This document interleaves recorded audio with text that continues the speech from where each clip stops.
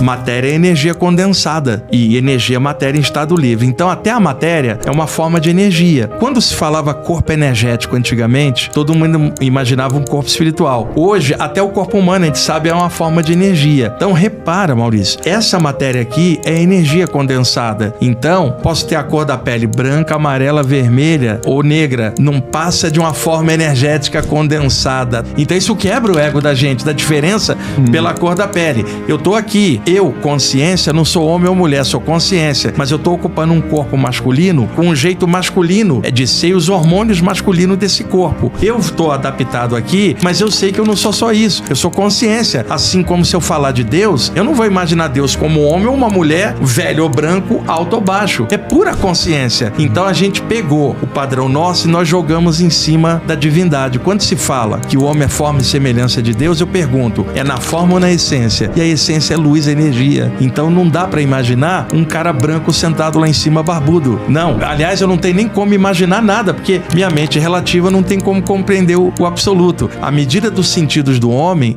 não é a medida do universo, é a medida do que um homem que mora nesse planetinha pequenininho acha do universo. O nosso ego é desse tamaninho tentando entender o infinito. Então até a noção de infinito é finita no nosso ego. Olha que coisa impressionante. Aí você pergunta, como é que é o infinito? Fala, não tenho a menor ideia. Porque se eu tiver uma ideia, eu já estou empacotando o infinito numa ideia. Então, ao falar de infinito, eu não sei, mas eu posso descobrir o infinito em mim mesmo, que sou eu mesmo. E aí, expandindo mais, eu vou entender depois o eterno.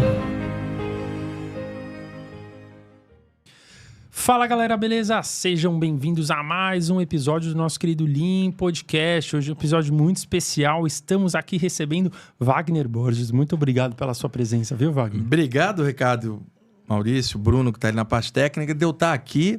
Vamos bater um papo aí sobre esses temas tão legais, né? Saídas do corpo, hinduísmo, budismo, espiritualidade, Jesus, Krishna, o que vier.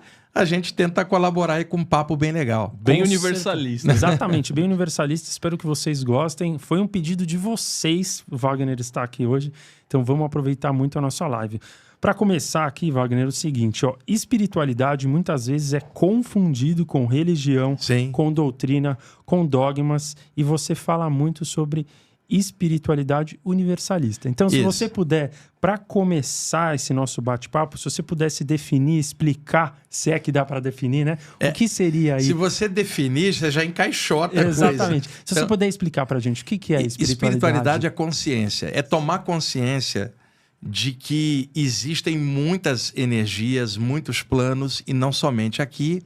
O problema é que muita gente, quando fala de espiritualidade, tende a colocar um rótulo doutrinário em cima daquilo, doutrina X ou Y. Mas veja, todos nós que estamos encaixados aqui, nós somos centelhas vitais de um mesmo todo, uma mesma luz. Chame o nome como quiser. Mas a nossa origem é sempre espiritual. Então estamos ancorados aqui na matéria para vivenciar a vida humana, aprender o que tem que ser aprendido aqui. Então espiritualidade é o que você pensa, o que você sente e o que você faz. Quer ver um exemplo? Você pode encontrar um materialista mais espiritualizado do que um estudante espiritual. Por quê? Aquele materialista faz o bem, pensa coisas legais, e às vezes o estudante espiritual não faz nada e pensa um monte de coisa ruim. Então não é doutrina, é atitude, caráter, e é aquilo que você busca para melhorar sua consciência, seja lá onde for, e que tenha um viés não só material, mas que tem um viés mental, espiritual, emocional, porque o ser humano é muito maior do que o que a gente vê. E o universalista? Universalismo é um termo que surgiu. Aqui no Brasil tinha um grande filósofo chamado Huberto Roden, que foi o maior espiritualista, ou melhor, universalista do Brasil. Ele tinha sido padre durante muitos anos, mas a cabeça dele era muito aberta. E aí ele começou a estudar budismo, hinduísmo, e aí ele passava a falar de algo universal, dizendo, Deus está em todas as tradições, né? Então passaram a dizer que ele era universalista, no sentido dele falar de uma filosofia universal, onde haviam parcelas dessa universalidade dentro de cada área. E foi aí que surgiu o termo universalismo, que muita gente passou a usar para tentar definir de alguma forma alguém que soma as melhores vertentes espirituais dentro de um conjunto, não é uma coxa de retalha, mas uma unidade em que ela possa, por exemplo, compreender o que Jesus falava, o que o Buda falava, o que o Krishna falava, por exemplo, e equilibrar nela e melhorar com isto, de forma equilibrada. Isso, então, foi chamado de universalismo. Repara só, se eu falar de Deus como o Senhor de todos os espaços, dizendo que o todo está em tudo, como é que eu vou fazer, Ricardo, Maurício, para falar que o Senhor de todos os espaços está preso no espaço de uma doutrina só? Não faz sentido. Ou como é que eu vou dizer que o Senhor de tudo está no branco e não está no negro, nem no vermelho, nem no amarelo? Então, o universalismo é essa percepção, o todo está em tudo. Não há nada fora do todo. Porque se tivesse alguma coisa fora do todo, estaria faltando um pedaço. Sim. E a palavra todo não teria sentido. Se a gente sair ali na rua agora, perguntar a um transeunte, onde está Deus? Ele vai falar, Deus lá em cima, nós cá embaixo. Mas se o todo está em tudo, se está em cima, também está embaixo. Se está dentro, está fora, se está à esquerda, está à direita. Onde que o todo não estaria? Essa é a visão universalista. Nossa, genial. E Wagner, por que você acha que as pessoas têm, dado toda essa sua explicação, por que as pessoas têm tanta dificuldade de beber de diversas fontes? Muitas vezes se cria meio que o certo é Jesus. O certo é a nossa, as outras estão desviadas. O certo é Buda, o certo é... Exato. Cada área vai ter seus radicais, seus fundamentalistas, né? Isso pode ser no esporte, política, religião, até no espiritualismo como um todo. Então, não dá para você imaginar que somente dentro daquela vibe que você escolheu está a verdade absoluta. A Terra tem 8 bilhões de pessoas no momento. Culturas diferentes produzem movimentos diferentes. E, às vezes, o que é válido numa cultura pode não ter valor em outra, com outros parâmetros. Então, alguém com uma visão um pouco mais inteligente vai gostar de alguma tradição e deve seguir e honrar. Mas ela sabe que nenhuma tradição feita pelos homens contém tudo. Só Deus sabe tudo. Então, é igual uma programação de TV ou de YouTube. Você pode estar num canal que você gosta, mas vocês sabem que tem coisas boas em outros canais, embora você goste daquele. Espiritualidade é a mesma coisa. Por exemplo, eu amo o ensinamento de Jesus. O Sermão da Montanha é uma das maiores coisas que eu já vi. Agora, eu amo o que o Buda ensinava, amo o que o Cristo ensinava e não vejo conflito nenhum em nada disso. Agora, as pessoas, às vezes, sabe aquele ensinamento? Amai-vos uns aos outros? Alguns amam uns e não amam outros. E quem ama outros não ama uns. A gente foi picotando. Começamos a dividir pessoas por país, raça, sexualidade, doutrina, e isso é causa de várias guerras. Nós não encontramos uma unidade no meio das diferenças. Um mesmo alto, um mesmo Deus, cara, em bilhões de formas diferentes. Olha o nosso planeta. Você tem um cetáceo, que é uma baleia, que é totalmente diferente de um paquiderme, que é um elefante, que é totalmente diferente de um aracnídeo, que é uma aranha, totalmente diferente de um ser humano, como nós. Então, um planeta pequenininho como o nosso, no infinito, olha quantas formas de vida diferentes no nosso planeta, que é pequenininho. Amplie-se numa escala cósmica, Deus é pura diferença, porque se for igual, não teria a menor lógica. Agora, em todas as coisas diferentes, existe um mesmo um. Quando você descobre isso é universalismo. Você acha que, então, o problema está no ego do ser humano? O ego que divide? Meu, seu, nós todos. Se você puder explicar o ego pra não gente? Tem, porque se eu explicar o ego, já é o ego explicando. Então, na verdade, hoje se usa muito a expressão ego, porque essa expressão tem vários sentidos. Na psicologia de um jeito, na espiritualidade é de outro. Mas, por exemplo, você pega alguém marrento, teimoso, sei lá, cabeça dura e fala, teu ego tá grande. Quer dizer, você estereotipou que o ego dela tá comandando a atitude dela. Significa, você não tá lúcido, porque você não é comandado pelo bom senso, você é comandado pelo ego. Então, ficou meio que estabelecido a nível popular que ego é todo aquele conjunto de coisa que impede a gente de ser mais real. As capas, as máscaras que a gente cria. A cebola. Né? E a gente, às vezes, ostenta uma expressão externa e por dentro não é aquilo. Então, você fala, isso é uma capa de ego. Despertar da consciência é a quebra dessa capa. Do ego, para que você seja mais você mesmo. É direto. Por exemplo, eu trabalho com a parte espiritual. Então, para mim, o meu campo energético, minha aura, é o que tem que estar muito clarinho. Aí alguém fala, veste uma roupa branca. Eu posso estar com a roupa preta e uma aura brilhante. O outro pode estar de roupa branca com uma aura escura. Então, a gente começa a se enganar com a aparência, sabe? Com as coisas. Tudo isso é o que o hindu antigo chamava de Maya, a ilusão, que é o que os modernos chamam hoje de Matrix ou Matrix, por causa do filme do Keanu Reeves, da década de 90. Tem um monte de gente falando, isso aqui é uma Matrix. Como é que os hindus antigos falavam? Isso aqui é uma ilusão. O nosso ego nos ilude e nós pensamos que nós somos só a forma humana, que a gente come, bebe, dorme, morre e desaparece. Esse é o nosso ego, a nossa ilusão. Quando você quebra isso, você descobre que você não é apenas isso aqui, você é muito mais, mas estava enclausurado por essa parte nossa que não deixa o despertar acontecer. E qual seria o primeiro passo para começar a quebrar isso, né? Ou quem ainda não se desenvolveu espiritualmente. É que tá. Porque se a gente falasse o primeiro passo, é o ego da gente assim. Se eu dar o primeiro passo e o segundo e o terceiro, eu vou para onde? Veja, você já começa. Então, na verdade, isso que o Buda chamou de iluminação, que é Budi em sânscrito, quem alcança o Budi torna-se um Buda, seria justamente a quebra disso. Aí eu costumo brincar. Quem é que pode falar de iluminação e quebra de ego? Alguém que se iluminou. Um Buda. No nosso caso, tudo que a gente falar sobre iluminação é o ego da gente falando sobre aquilo.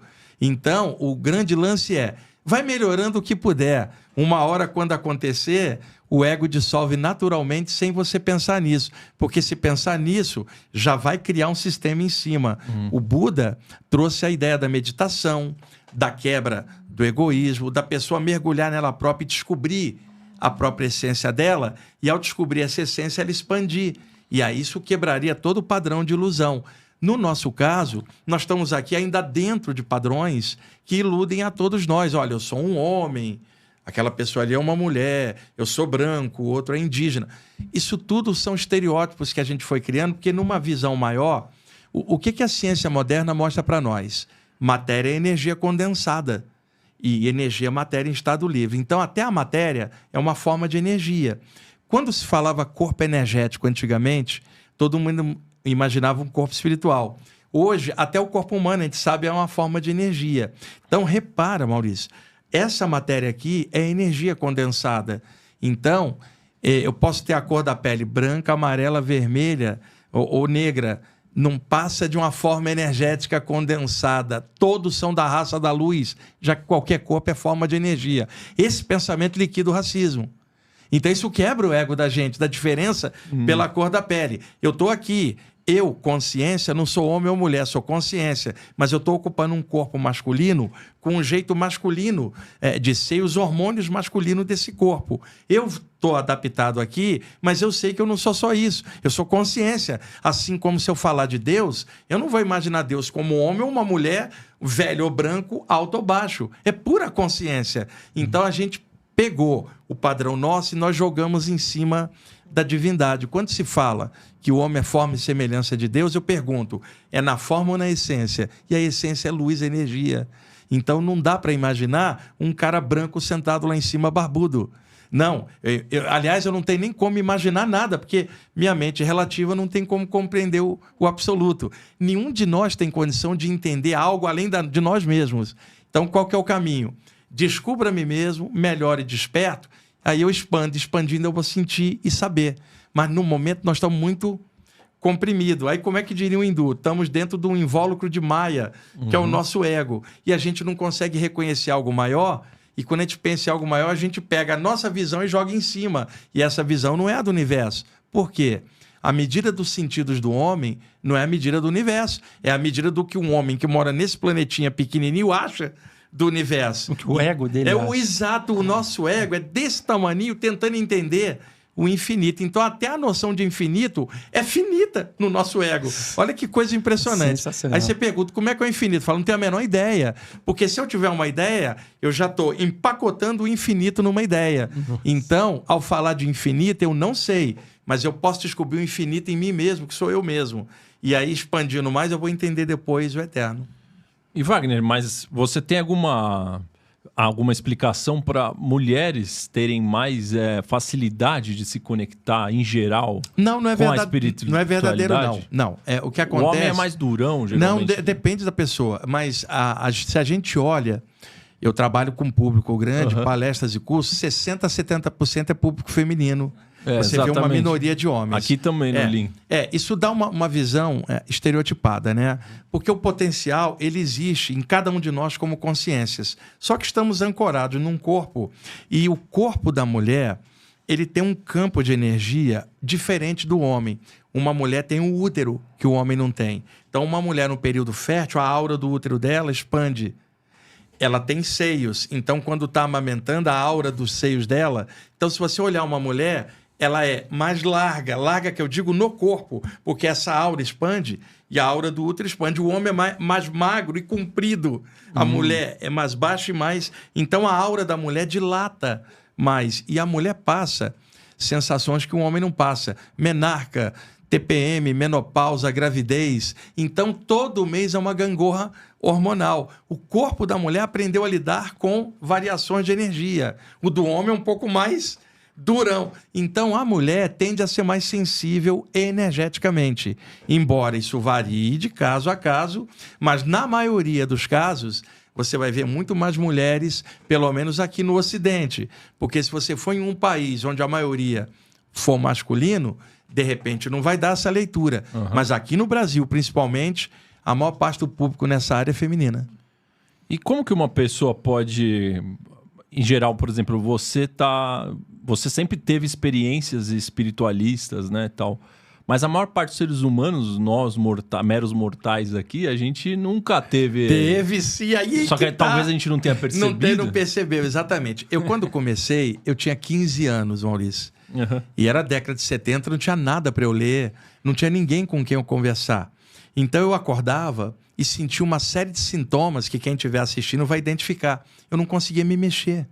Acordava paralisado. A paralisia do sono? A paralisia do sono. Tentava abrir os olhos, não conseguia. Tentava gritar para o meu pai vir me socorrendo, saía sono e eu totalmente paralisado. Até que eu recuperava o movimento com uma taquicardia. Hoje, a medicina chama isso aí de paralisia do sono, que é um nome mais recente.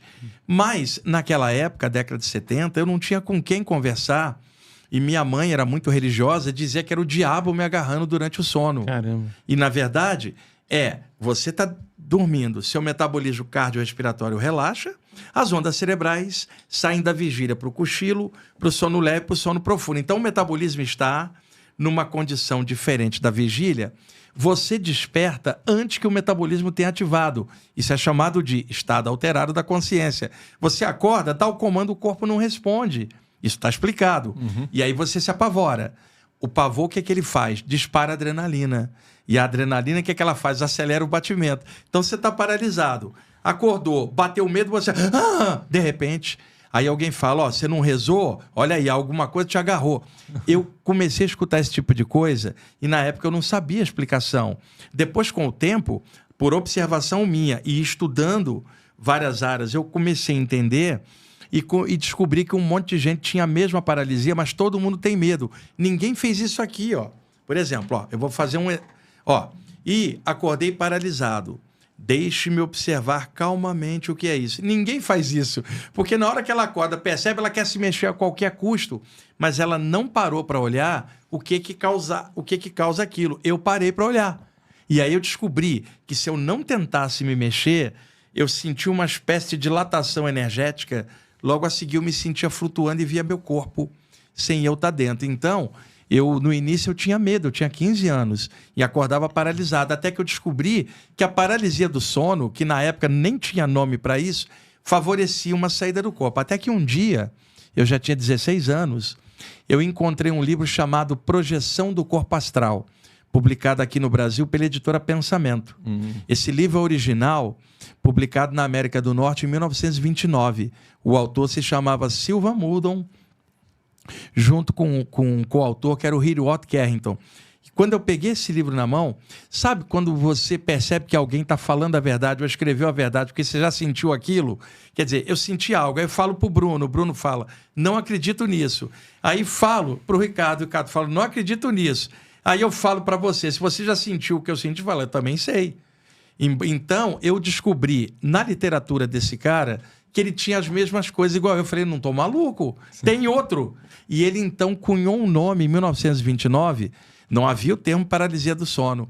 Ele chamou de catalepsia astral. Caramba. Quer dizer, uma paralisia do campo espiritual, não do campo humano. Então é legal poder explicar. Sim. Veja, vamos supor que o Bruno que está ali é alérgico a uma toxina de inseto.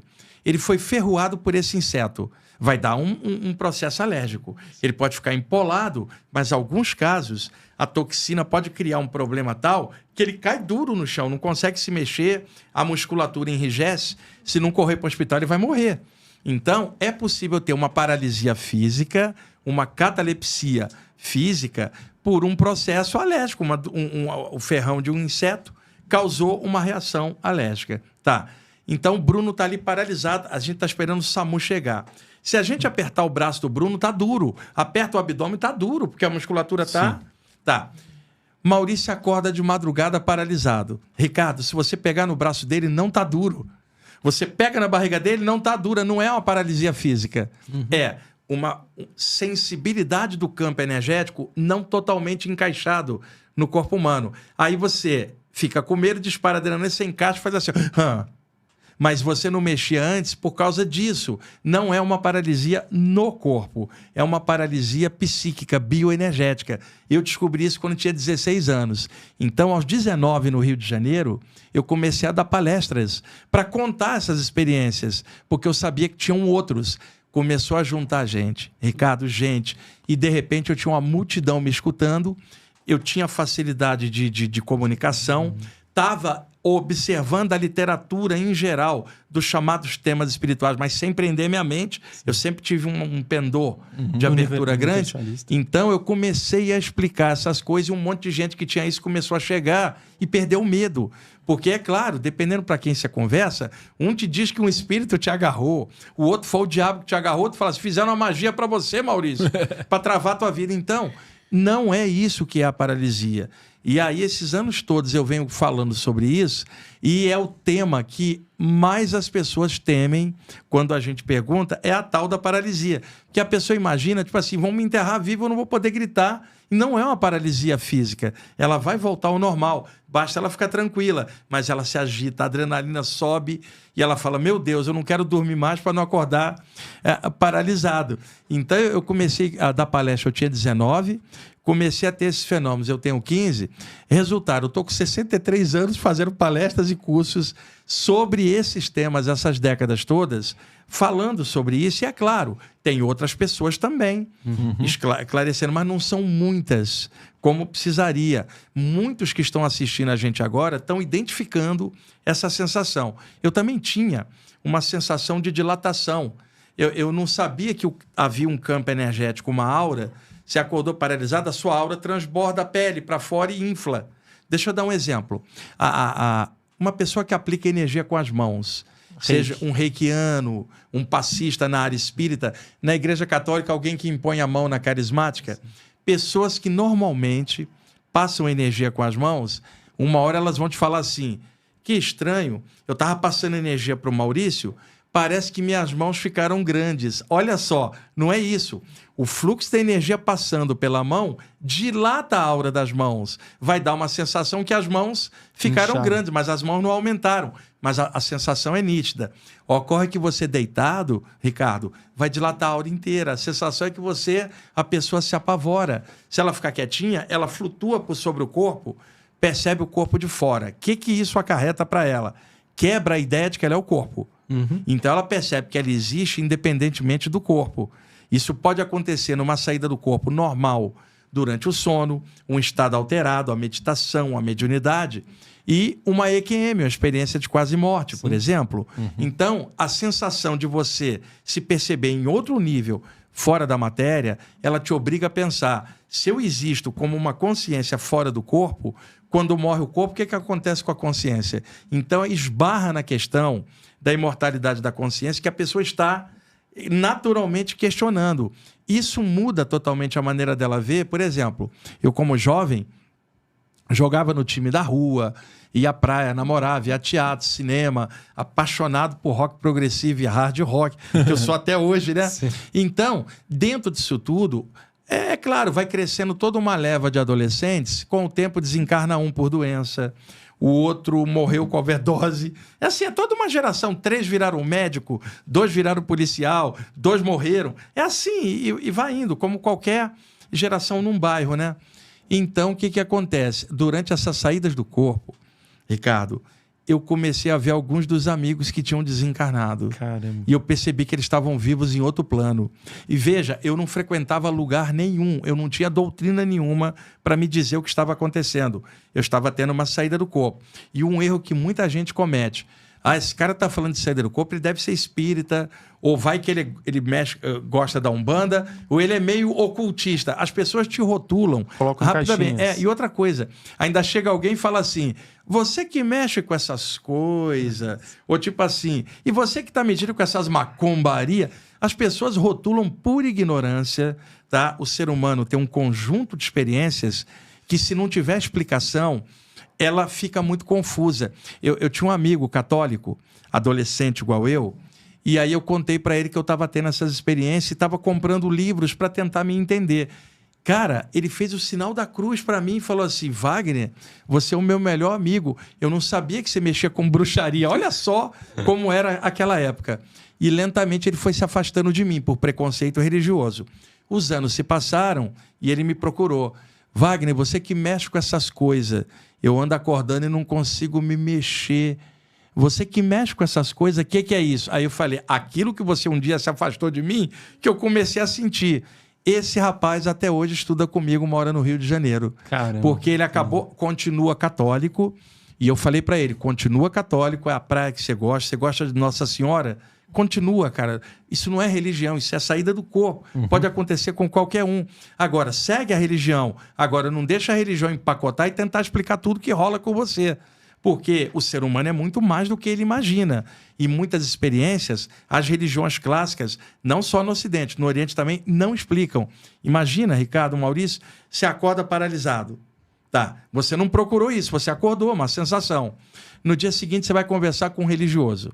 Veja, ele não estudou aquilo para poder te explicar. Então ele vai falar assim: você não rezou, tem algo ruim te acontecendo. Pergunta um professor de yoga, daqui, mais radical. Ele vai falar: é o seu ego. Que ego? Eu deitei para dormir e acordei paralisado. Que ego é esse? Tem nada a ver com ego, é uma sensibilidade parapsíquica. Pergunta para o professor de parapsicologia, ele fala: se é paranormal. Pergunta para o professor de yoga, ele fala: isso é Kundalini abrindo teus chakras. Cada um tem uma explicação. Pergunta para o espírita, ele fala que eu sou médium. Pergunta para um bandista, ele diz que o preto velho encostou. Pergunta para o materialista, ele diz que eu estou louco. Pergunta para o psiquiatra, ele me dá um Lexotan, mesma pergunta. E outra, você já notou? Sim. Todo mundo falou com você, mas quem é que explicou o que você tinha sentido? E o que é? Exatamente. A sensibilidade do ser humano, ela tem várias características que emergem espontaneamente, que é isso que era chamado outrora de paranormalidade. Hoje se usa um termo mais arejado por causa de picaretas variados que, usando o termo de paranormal, engana a população, prometendo um monte de coisa. Então, hoje, você fala assim: parapsiquismo, o conjunto parapsíquico de capacidades latentes. Repara só, a capacidade de pensar, ela é desenvolvida no ser humano. Então, por exemplo, vocês dois trabalham há tempo, são amigos há tempo. Pode ser que, de alguma forma, haja uma comunicação mental entre pessoas que estão muito ligadas. Ela não é reconhecida, mas às vezes um está pensando algo, o outro está pensando igual por uma linha telepática. Vai chegar um momento que, de repente, um está conversando com o outro mentalmente à distância. Telepatia. Chama-se telepatia. É uma faculdade hoje reconhecida, faculdade parapsíquica, a própria ciência reconhece. Mas isso já ocorre inconscientemente. Por exemplo, você está no elevador. Você está parado, o elevador, você pegou no primeiro, você vai para o quinto. O elevador parou no terceiro. Segundos antes da porta se abrir, você lembrou do Maurício, Ricardo. Abre a porta, é o Maurício, cara. Já aconteceu várias vezes. Segundos antes, lembra dele. Segundo depois, ele liga. Então, existem comunicações inconscientes. Todo mundo sente isso. O cético vai falar que elas são latentes. Em algumas pessoas, elas emergem. E, ao emergir, aquilo é normal. Mas, se ela não tiver explicação, ela vai esbarrar numa série de explicações de quem não estudou aquilo para poder explicar. Por exemplo, clarividência. A capacidade de você perceber algo. Então, por exemplo, para a gente enxergar um objeto, tem que haver uma fonte de fótons, de luz. A luz bate no objeto e reflete. Então, a luz está batendo em mim, vocês me veem, e eu estou vendo vocês, que a luz rebate em você. Os nossos olhos captam os impulsos luminosos, rebatido, e o nosso cérebro interpreta. A gente fala, estou vendo. Isso em latim é chamado videre, ou vidência, a capacidade de ver algo que a luz rebate. O que acontece, Ricardo? Você está de olhos fechados, de repente acende uma luz dentro da tua testa, cara, que não está vindo de fora, ela está vindo de dentro para... Se ela viesse de fora, explico, é a incidência da luz. Ela está vindo de dentro, você está no quarto escuro, que luz é essa?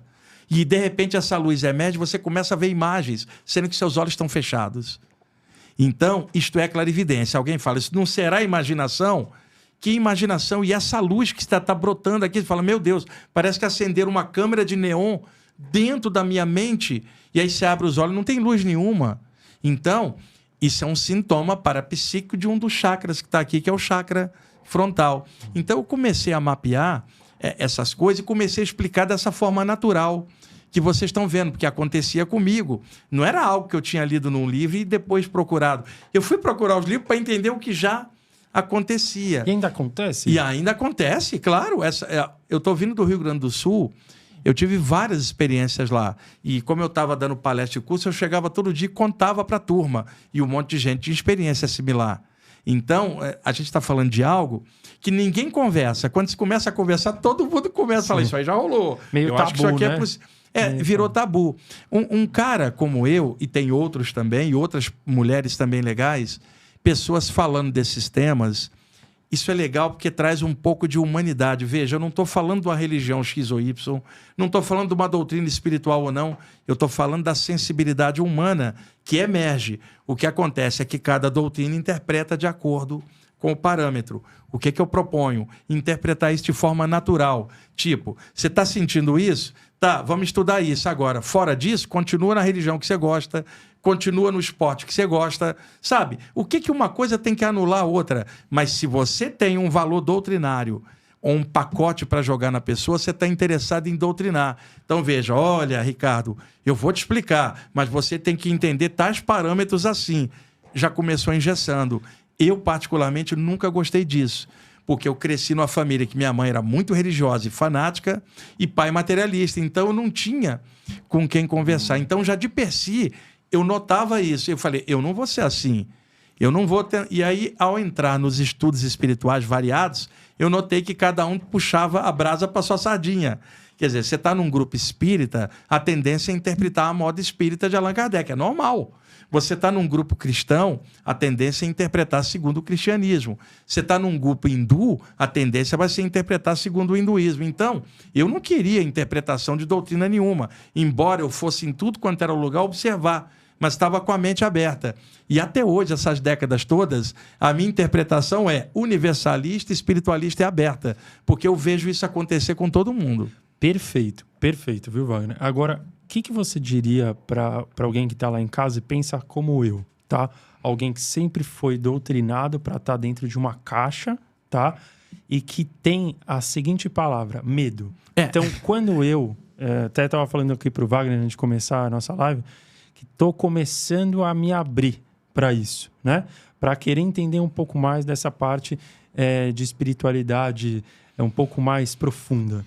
Mas algo que me prende é o medo. Sim. De que a doutrina me passou que isso é coisa para não se mexer. Sim. Então, para a gente poder dar uma oportunidade para quem está lá em casa, para mim, para tantas outras pessoas que querem se abrir, independente da doutrina que elas seguem, né? Como se livrar desse medo? O medo é o que mais empata a evolução da pessoa. Por quê? Com medo, você não dá o passo à frente. Ninguém com medo vai para frente. Você cria uma barreira cheia de coisas. E quais são os medos básicos que o ser humano tem? A gente, por exemplo, o medo do diabo, por exemplo, aqui no Ocidente. Tá só para pegar, porque no Oriente vão ter os medos das doutrinas deles. Certo. Medo do diabo, medo do velho do saco embaixo da cama. Isso é popular. E o maior erro de todos, no imaginário popular, nós criamos uma entidade para representar a morte, que é o grande medo. O que nós fizemos, Ricardo? Pegamos uma caveira, botamos uma mortalha, um capuz e uma foice na mão. Uhum. E aí agora eu falo assim, cuidado, Ricardo, lá vem ela. como se fosse uma coisa que vai vir te buscar. E isso não existe. Porque para desencarnar ou morrer, não precisa de algo te buscar, basta nascer. Porque só morre o que está vivo. Eu costumo dizer que o maior ceifador que existe é o nascimento. Porque quem se submete a nascer um dia tem que ir. E isso não é doutrina, isso é natureza. Então, quando alguém toca num tema que esbarra na questão da morte, a pessoa gela. Porque no imaginário popular ela está toda carregada de medo. Não fala essas coisas. E então são coisas colocadas como arquétipos de medo.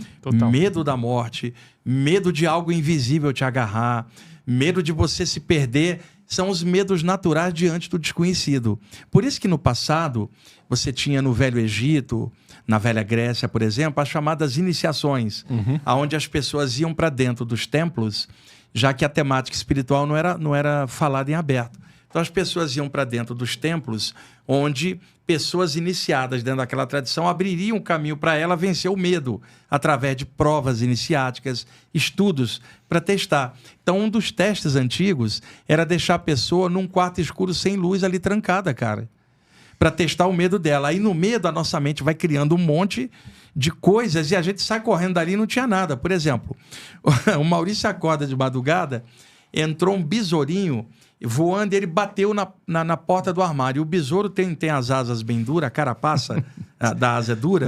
Ele bate, o Maurício acorda com o barulho assim, tleque, que é a batida dele. E aí o besouro cai no chão, faz tleque, tleque. O Maurício acorda apavorado, fala, meu Deus, tem algo aqui. Era um besouro, cara. Outra, no escurinho ele acende a luz, fala, tinha algo aqui. Aí ele acende a luz, porque pintou o medo desconhecido, ele acha que tem algo ali. Aí ele acende a luz e fala, ufa, não tem nada, vai apagar a luz e dorme. Só que se tivesse algo invisível ali, acender a luz não tira o algo invisível. Sim. Mas a pessoa com medo não raciocina. Aí vai, cobre a cabeça. O que adianta cobrir a cabeça? O espírito atravessa tudo. Poxa, você está descrevendo eu quando criança. Então, mas a gente vai aprendendo isso enquanto criança. Nossos pais também aprenderam isso quando criança, os pais deles também. Então, não é nem por mal, é simplesmente condicionamento cultural. Então, a melhor maneira de quebrar o medo, principalmente para tornar o que é sobrenatural natural, é a leitura dos livros que tratam desses temas. Quando eu falo leitura, eu não estou dizendo leitura dessa área, estou falando leitura de conjunto para você ter uma visão larga e, na média, você se entender. A sua. E hoje, com a abertura que a gente tem da época que a gente está vivendo, comprar uma literatura que fale de algo espiritual em aberto é muito fácil. Você tem a literatura hindu, a literatura budista, a literatura espírita, a literatura ocultista, a literatura cristã, porque tem muitos cristãos de mente aberta que também falam de uma temática mais aberta. Agora, você vai ter ainda muita gente puxando o freio de mão e, no entanto, as sensações continuam acontecendo. Se não tiver uma explicação razoável, tem gente com medo de deitar para dormir, cara. Fala, e se eu dormir aquilo acontecer de novo? E aquilo nem sempre era ruim. É que na visão dela não tem explicação. Por isso que é importante, por exemplo, estarmos batendo um papo desse aqui para muitas pessoas em aberto olhar. Quantas pessoas na mesma condição estão assistindo a gente? Total. E outra, não precisa ter medo algum, não estou falando para você sair da religião que você gosta. O que nós estamos falando é a quebra de bloqueios culturais que independe se oriental ou ocidental. O ser humano está cheio de travas por falta de melhor explicação. E outra, não há ninguém que explique tudo, isso é impossível. Só Deus sabe tudo. Mas dentro da condição de ser humano, dá para explicar um monte de coisa que um ser humano sente nesse planeta como o nosso. Mas por que aqui o sistema, sei lá como eu posso dizer isso, por que a cultura ocidental quer esconder isso da gente e deixar a gente com medo? E a cultura oriental hoje também está assim. Também está assim, porque é assim, a gente fala, por exemplo, Antigo Egito. Não é o Egito de hoje que é muçulmano.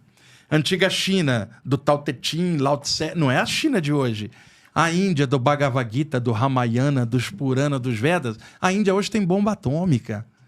1 bilhão e 500 milhões de pessoas. É o país mais populoso do planeta. Bateu a China. Então você vai na Índia hoje, você não vai conversar sobre chakras e vida após a morte na rua. O indiano médio nem sabe o que é isso. Ele está preocupado com o pão dele, o emprego. E lá tem toda uma tradição também de informática grande, tem universidades boas. Então, o que acontece? No Oriente e no Ocidente, tudo está dentro do material. Escapando do material, as pessoas acabam criando travas. E no passado, o que havia? Mestres espirituais de tal nível que orientavam as pessoas: olha, isso que você teve, Maurício, é isso, isso e isso. Medita um pouco, se descobre que você vai entender. Hoje, se ele está sentindo isso, não tem alguém para chegar e falar isso. Aí você vai falar, mas não tem um monge vai chegar e falar: siga a nossa doutrina. Exato. Ou um pastor, um padre, ou um médium. Toda hora alguém chega, não fala assim: Ricardo, se conheça, mergulha dentro de você, descobre esse eterno que está em tudo, dentro do transitório, que é você, o autoconhecimento. E daí você observando as coisas, você vê por qual praia você vai. E outra, você pode até para uma praia diferente da minha, porque você se encontrou e está bem. Agora, olha só, Ricardo, segue o que eu tô te falando, vem na minha doutrina, e lá fora tá tudo errado. Aí complica, cara, porque o ser humano sente um monte de coisa. Muçulmano, judeu, hindu, católico, materialista, espírita, todos sentem coisa. Não dá para limitar a explicação dentro de uma doutrina só. E existe dentro da parte espiritual radicalismo também. Você pode encontrar um espírita que só interpreta na base de Allan Kardec, mais nada. Como se Allan Kardec soubesse tudo. E o Oriente não soubesse nada. Isso é uma besteira. Aí você pega um bandista que acha que só a Umbanda dá resposta para as questões da vida. E isso também não é verdadeiro. Cada área tem aspectos fragmentos da verdade. Você vai para a área ocultista, não responde tudo. Vai para a teosofia, não responde tudo. Nenhuma área, cara, humana, imperfeita, como nós todos somos, poderia criar a perfeição de explicar tudo. Cada uma tem uma pequena parte. É tipo assim, um diamante, cara. Sim. Você joga uma luz em cima de um diamante, tem 1000 brilhos diferentes refletindo. Nós temos 1000 brilhos da verdade brilhando em cada área. Então, pego aqui, pego ali e descubro o meu diamante dentro de mim mesmo. E essa vertente universalista, existe a prática de... Não tem, porque se houver uma prática já é um sistema. Então, simplesmente universalismo, a mente aberta de observar, somar, equilibrar, descobrir o melhor no conjunto. Entendi. E isso não significa despersonalizar. Deixa eu me dar um exemplo. Você é guitarrista. Você sola bem pra caramba. Sou pianista. Então, vamos lá, pianista, tá. Você é pianista. Você faz solos ali lindos. E eu gosto muito de pianistas. No rock progressivo tem o Rick Wakeman, cara. Que no Genesis tinha o Tony Banks e esses grandes tecladistas da área que eu gosto. Na música clássica... Do jazz, então. Né? Então, por exemplo, você tá ali. Então, você tá acostumado a fazer o solo que você quer, seguir do jeito que você quer. Um dia você entra numa banda...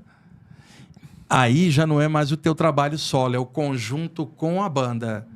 Fala assim, ele é guitarrista, eu sou o baixista. Por que só tá tendo esse teclado aqui? Vamos equilibrar o som.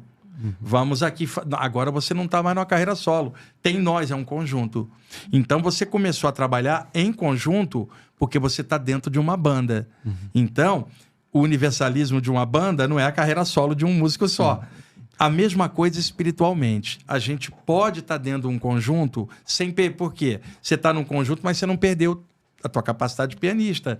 E você continua gostando de piano, mas ali o som é conjunto. Tem que tocar conforme a música. Tocar conforme... E outra, vão existir outras bandas muito boas tocando outros estilos. E você não vai poder dizer que só o estilo da tua banda que está certo e as outras estão erradas. E hoje acontece. Universalismo existem várias bandas boas de estilo diferente. Tem o Elvis e tem o Beatles. Então, vamos pegar o de melhor. Por exemplo, e eu gosto tanto de Elvis quanto de Beatles. E se eu falar que eu gosto de funk aqui? Como eu gosto de vale criticar. O funk já é diferente. Eu adoro o funk americano.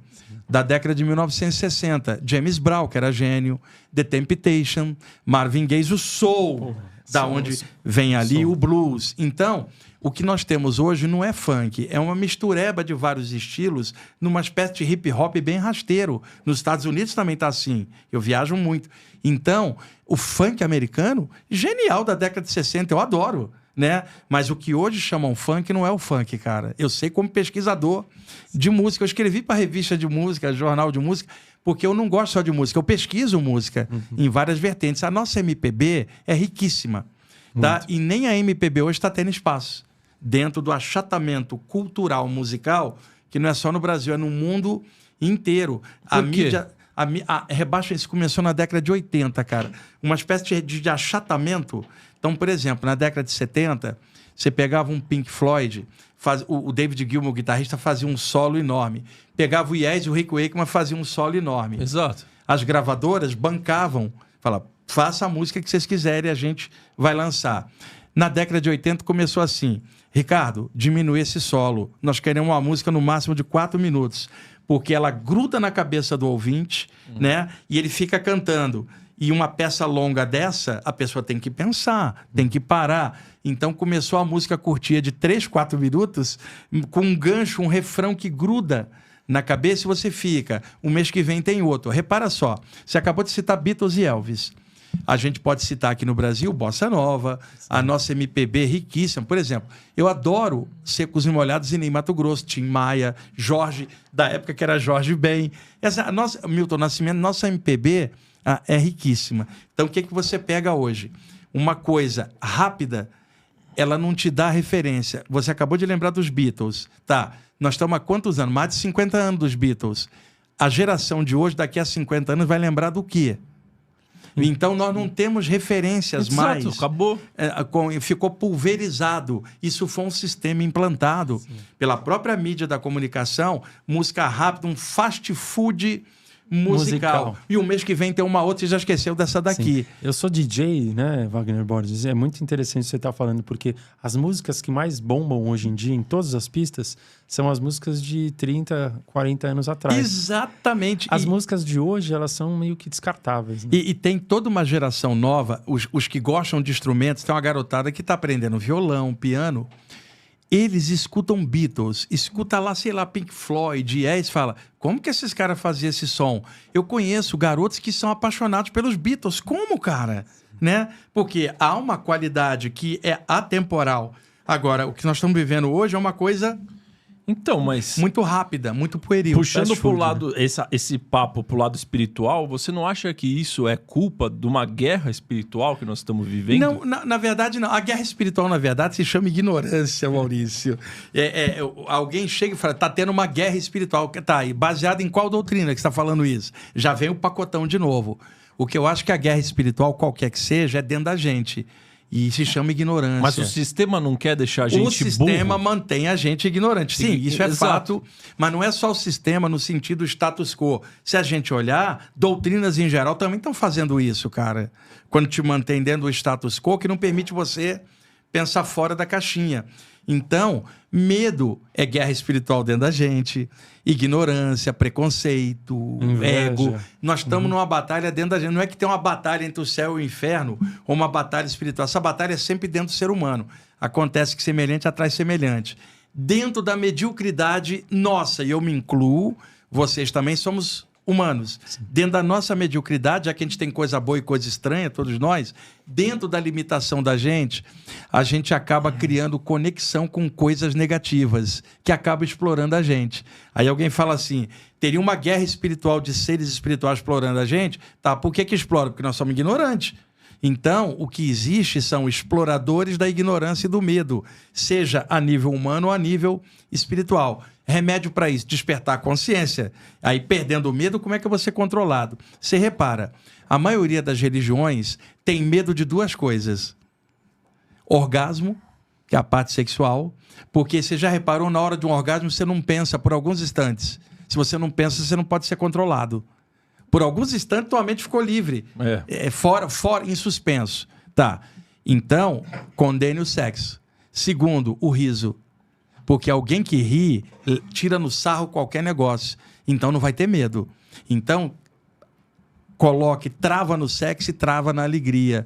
O ser humano fica triste, aí tem que buscar você para você religá-los com o céu, porque o sujeito está triste. Nossa. Alguém alegre não dá para ser controlado. Eu não estou falando de doutrina, falando como sistema oriental ou ocidental, isso existe.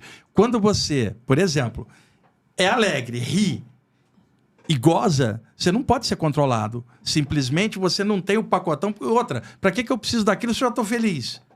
Então é preciso que você esteja infeliz para eu poder te vender a ideia de que eu tenho que te reconectar com o céu. Eu te tiro o potencial e jogo lá para cima. Aí chega alguém e fala, aquele potencial de cima também está dentro, porque você é uma parte. Então, explora esse potencial e assuma o controle da tua vida. Isso não significa que você tem que sair da religião X ou Y. Por exemplo, acabei de falar, adoro Jesus, e eu não sou cristão. Adoro o Buda e não sou budista. Os ensinamentos de Jesus, cara, você olhando assim, fala, caramba, melhora qualquer ser humano que olhar aquilo com inteligência e sensibilidade. O ensinamento do Buda, que coisa incrível. O ensinamento do Krishna, por exemplo, você tem grandes mulheres ao longo da história que o exemplo de amor delas, como Maria, você vai lá para o Oriente, Kuan Yin, aqui, Madre Teresa de Calcutá, você tem pessoas que você fala, meu Deus, o exemplo dela é mais do que 1 trilhão de livros sagrados que eu possa ler. Porque sagrado é a atitude que ela está fazendo de ajudar os outros. Quer ver uma coisa que choca os outros? Ô, Ricardo, vamos imaginar um grupo de materialistas que saiu na noite de São Paulo hoje para distribuir comida para moradores de ruas ou resgatar animais feridos. Tem um monte. Esses materialistas não acreditam em nada. Então não está esperando céu nenhum com a atitude deles. Caridade pela caridade, sem esperar nada, porque não acredita em nada. Conclusão, doação total, 100%. Exatamente. Um religioso, qualquer que seja a linha, ajuda esperando o paraíso. Então ele é um interesseiro. Porque ele espera a recompensa do que ele está fazendo. O materialista não acredita em nada, ele faz porque a consciência dele lhe diz que aquilo é o correto. Está mais espiritualizado do que o outro. Então, Jesus, por exemplo, onde que Jesus estaria agora? Junto com os materialistas distribuindo comida na rua ou junto de alguém só rezando que não faz nada? Onde Jesus estaria agora? Então, são coisas que eu questionava tudo isso. Eu era adolescente, minha mãe tentando me formatar, eu não aceitava, porque eu não conseguia entender um Jesus formatado. Tá? Depois comecei a estudar coisas do Buda, não conseguia entender o Buda em forma de estátua, cara. Eu falava, pô, esse cara ensinou despertar da consciência e não adoração a alguma coisa. Mas eu entendo que aquilo ali faz parte. Mas a minha consciência não consegue entender algo ali. Uma estátua, um quadro, serve de link para te lembrar do que você esqueceu. Então, por exemplo, Maurício, você tem um quadro aqui, tá? Ou a estátua de alguém que você ama muito. Tem a do Buda aí atrás. Tem o Buda. O Ricardo é católico, teria aqui Santo Antônio. Veja, aquilo é uma estátua, isso é uma estátua, mas quando você olha, o que ela te rememora? Pô, olhei o Santo Antônio, deixa eu fazer uma prece. Olhei o Buda, deixa eu meditar. Então, qual é a função de um objeto, um quadro ou uma estátua? Servir de link para fazer você pensar no eterno. Aí, perfeito. Mas se você olhar a estátua e achar que ela é a coisa, você ficou preso no meio, não alcançou o alvo que você queria. E aí se torna sua prisão. Então, olha para o Santo Antônio, lembra de Deus, não do Santo Antônio. Agora, o Santo Antônio é legal pra caramba. Mas o que o Santo Antônio te diria? Ricardo, pense em Deus. O que o Buda te diria para ficar agarrado nele? Não, vai para o Budi, vai para a consciência. Então é isso que eu sempre pensei, e esses anos todos passaram, eu continuo mais ainda pensando e tentando passar isso. Você pode adorar Jesus sem estar formatado, Buda sem formato, mas nada contra religião nenhuma. Mas você pode estudar tudo isso por um prisma um pouco mais aberto, e isso melhora você demais. Você pode explicar como é que funciona o budismo pra gente? Sim. Em 500 a.C., surgiu o príncipe Siddhartha Gautama, que era o herdeiro de um reino, renunciou a tudo. Ele tinha um filho, inclusive, era casado. E ele, porque ele escapou do palácio, ele era educado com todos os prazeres dentro do palácio. Um dia, esqueceram a porta aberta do palácio, ele saiu e ele enxergou um leproso. Ele nunca tinha ideia de que havia sofrimento. Daí em diante, toda hora ele queria escapar, o rei não deixava, porque não queria expor ele à miséria do mundo, mas ele escapava. Porque ele falou, meu Deus, como é que eu posso estar na opulência, na riqueza, se está todo mundo caindo de fome ou é leproso ali fora? Então ele renunciou à nobreza e foi buscar algum caminho que ele pudesse acabar com a dor. Que ele percebia que não era só material, mas a dor do grande vazio dentro das pessoas. E ele então começou a buscar o que tinha na Índia na época, que era as coisas do hinduísmo em geral. Quem nasce na Índia é indiano. Quem segue o hinduísmo é hindu. Porque você pode encontrar um indiano que seja católico, um indiano que seja budista, jainista ou materialista. Agora, o hindu segue o hinduísmo, que é a maior parte da população. O Buda era indiano, não era hindu. Estava na Índia, mas não seguia o hinduísmo. Quando ele alcançou um estado de meditação profundo, que ele expandiu a consciência dele, em sânscrito havia uma expressão chamada Buddhi, que era elevação, iluminação e inteligência pura. Quem alcançasse o Buddhi tornava-se um Buda. Siddhartha Gautama alcançou essa condição, passaram a chamá-lo de Buda. Buda não é um nome, é um título que você deu a quem alcançou a iluminação. E o Buda também era chamado de Sakyamuni. Sakya era o clã, a família dele. Muni é sábio. Quando você fala Sakyamuni, o sábio que surgiu no clã dos Sakyas. E aí esse cara começou a peregrinar pela Índia falando dessa nova condição, Ricardo. É possível mergulhar dentro de si próprio, achar na câmara secreta do coração uma paz, um equilíbrio que independe das guerras do mundo. Isso é meditação. Qualquer um de nós pode meditar independente da cor da pele, independente da casta ou da religião. Podemos meditar. Por que você está buscando um Deus lá fora se você não encontrou nada nem dentro de você? Então, mergulha para dentro. O trabalho do Buda foi principalmente de reflexão, de ponderação. O trabalho de Jesus já era externo, em meio à população, de, olha, busca o poder celestial que está em tudo. Todos esses mestres têm alguma característica no ensinamento. E repara só uma coisa, Ricardo, você vai gostar muito disso. Em sânscrito, existe uma expressão chamada Shanti, usada tanto por budista quanto hindu. Shanti significa paz. Agora, repara, o que é a paz para nós? Estamos tão acostumados com guerra que quando a gente não está em guerra, a gente fala, estamos em tempo de paz. A paz dos homens não é paz, é o intervalo entre conflitos. Caramba. Agora, olha um cara igual Jesus. A paz que eu trago não é desse mundo. Independe das guerras de fora. É isso que o hindu chama de Shanti. É isso que o Buda falava aqui dentro. E que Jesus falava, a paz que eu trago não é desse mundo. É um estado de consciência. Pega um cara igual Jesus. Buscai o reino dos céus, os tesouros que estão no céu, porque a traça do mundo não rói. Quer dizer, valor que não seja perecível. Esse céu não é onde passa o foguete, o avião, ou o material do Elon Musk. Isso não é o céu. Céu é um estado elevado de consciência, que é o que o budismo chamaria de Buddhi. Então, ao ter uma visão universalista, eu posso traçar paralelos, mas eu não estou competindo ensinamento de mestre, porque tem gente que acha que você faz competição, né? Uma vez chegou um cara para mim e falou assim, quem você acha que é maior? Buda, Krishna, Jesus ou Saint Germain? Pô, que pergunta. Eu falei assim, eu não tenho a menor ideia, cara. Porque isso não é um ranking da CBF, Campeonato Brasileiro, Série A, Série B. Não, mas você tem que saber quem é o maior. Eu falei assim, cara, a única coisa que eu sei é qualquer um deles é melhor do que eu e você, inclusive o Preto Velho, se você botar na conta também. Sendo melhor que nós já tá bom. O cara não sabia onde enfiar a cara, de vergonha. Eu não tô comparando o mestre. Eu tô dizendo que alguns ensinamentos, você traçando paralelos com a mente aberta, você fala, opa, existe convergência.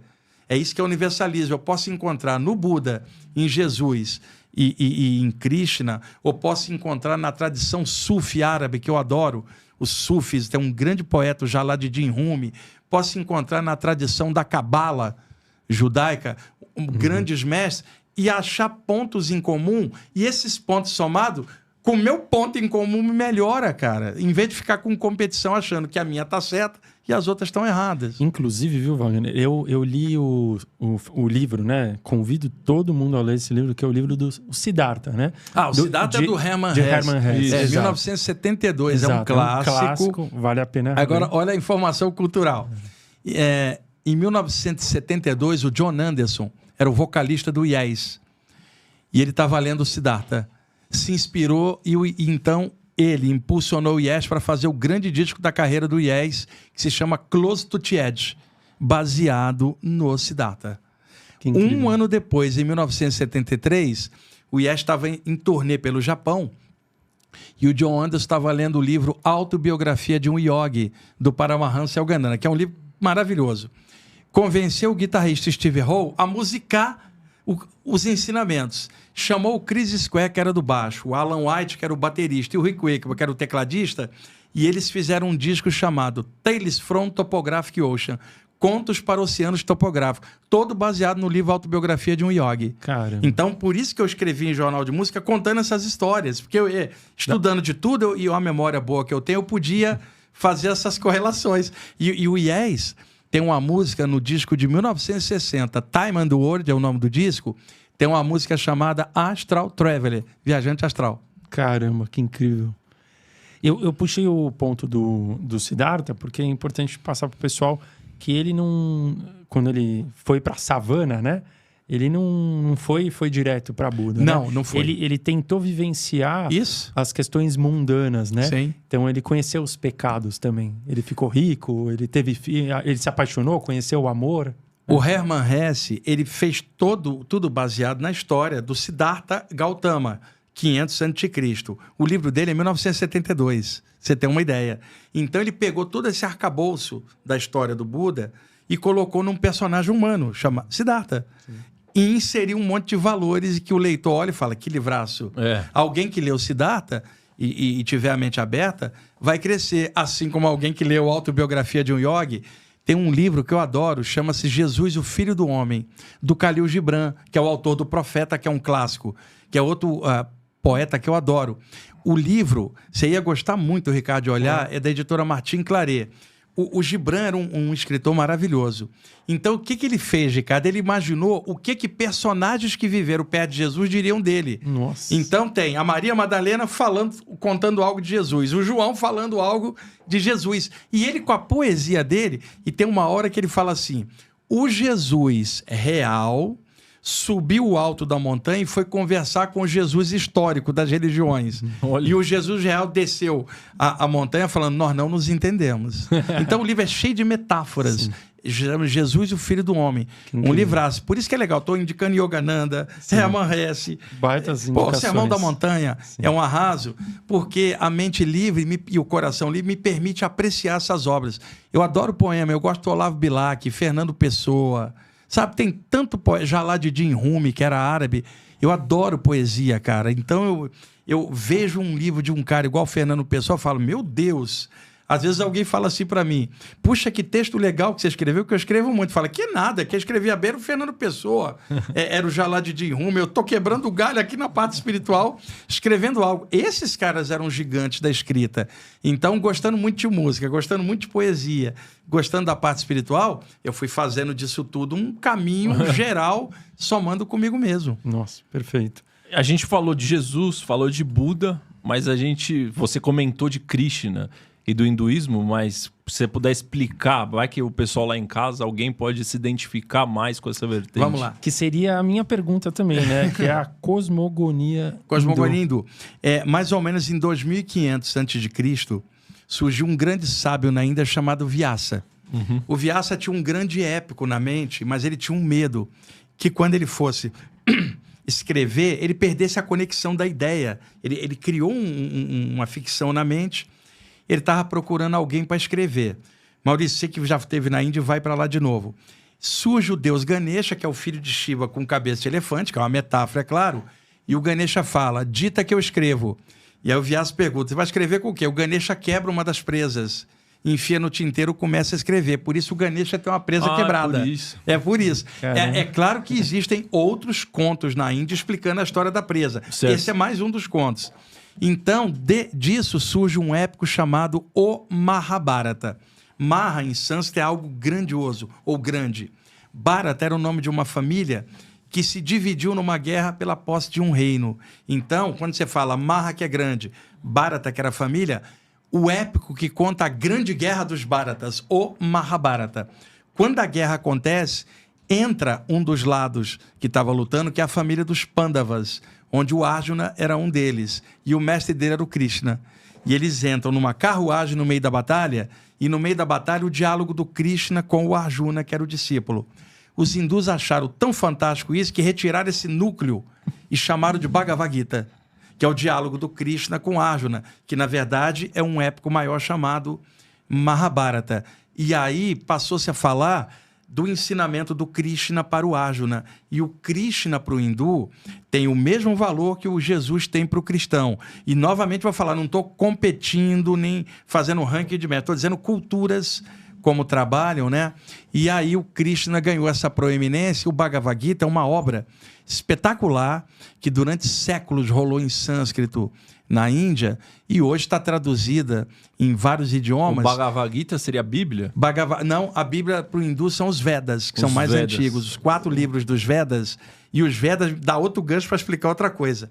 Os Vedas eram a estrutura sagrada hindu clássica. Ninguém sabe quando eles surgiram. 7.000 a.C., 6. São 40, né? Não, são 4 Vedas. São bem grandes. Se presume que são as escrituras mais antigas do planeta. Isso é questionável, ninguém pode comprovar isso.